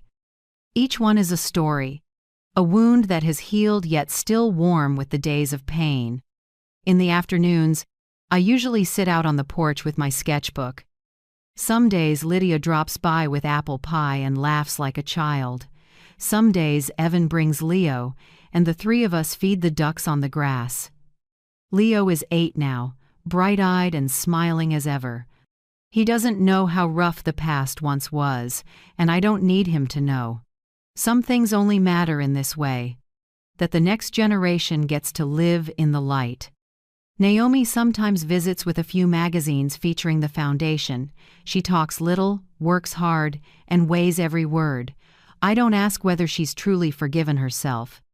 Maybe, like me, she's learning to live again quietly, through actions. At night, the apartment holds only the clock's tick and the faint scent of cooling tea. I turn on the desk lamp and paint the last strokes of Woman by the Lake. In it, I paint myself silver hair, brush in hand, the lake in the distance reflecting the moon. But the face isn't sad. It holds a peace I never had for most of my life.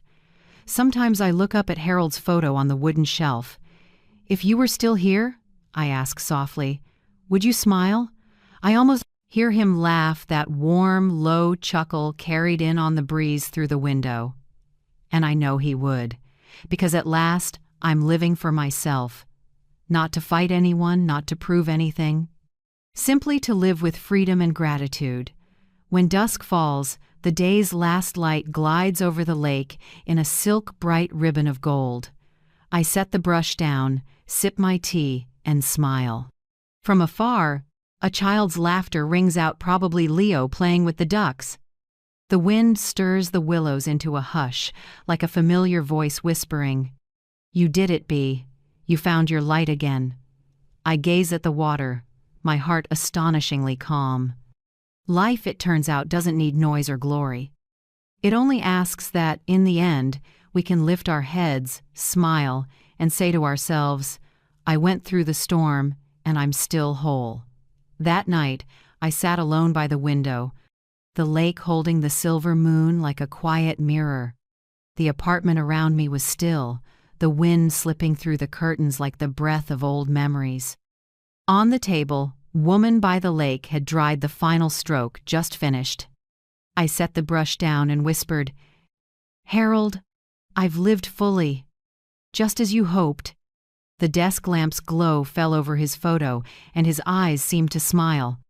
I understood that there's no ending that's truly sad, only people brave enough to step forward into new light. Outside, a distant church bell marked midnight. I brewed another pot of tea and poured it into 2 cups out of habit, one for me and one for Harold.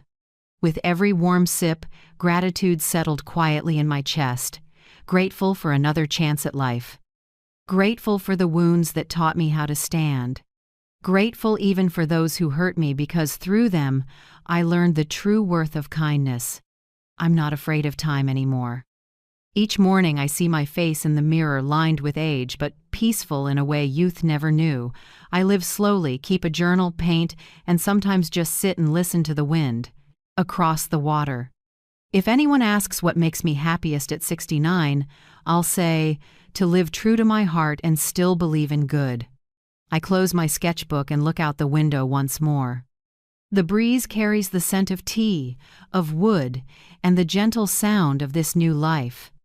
I smile, knowing that somewhere, Harold is smiling too.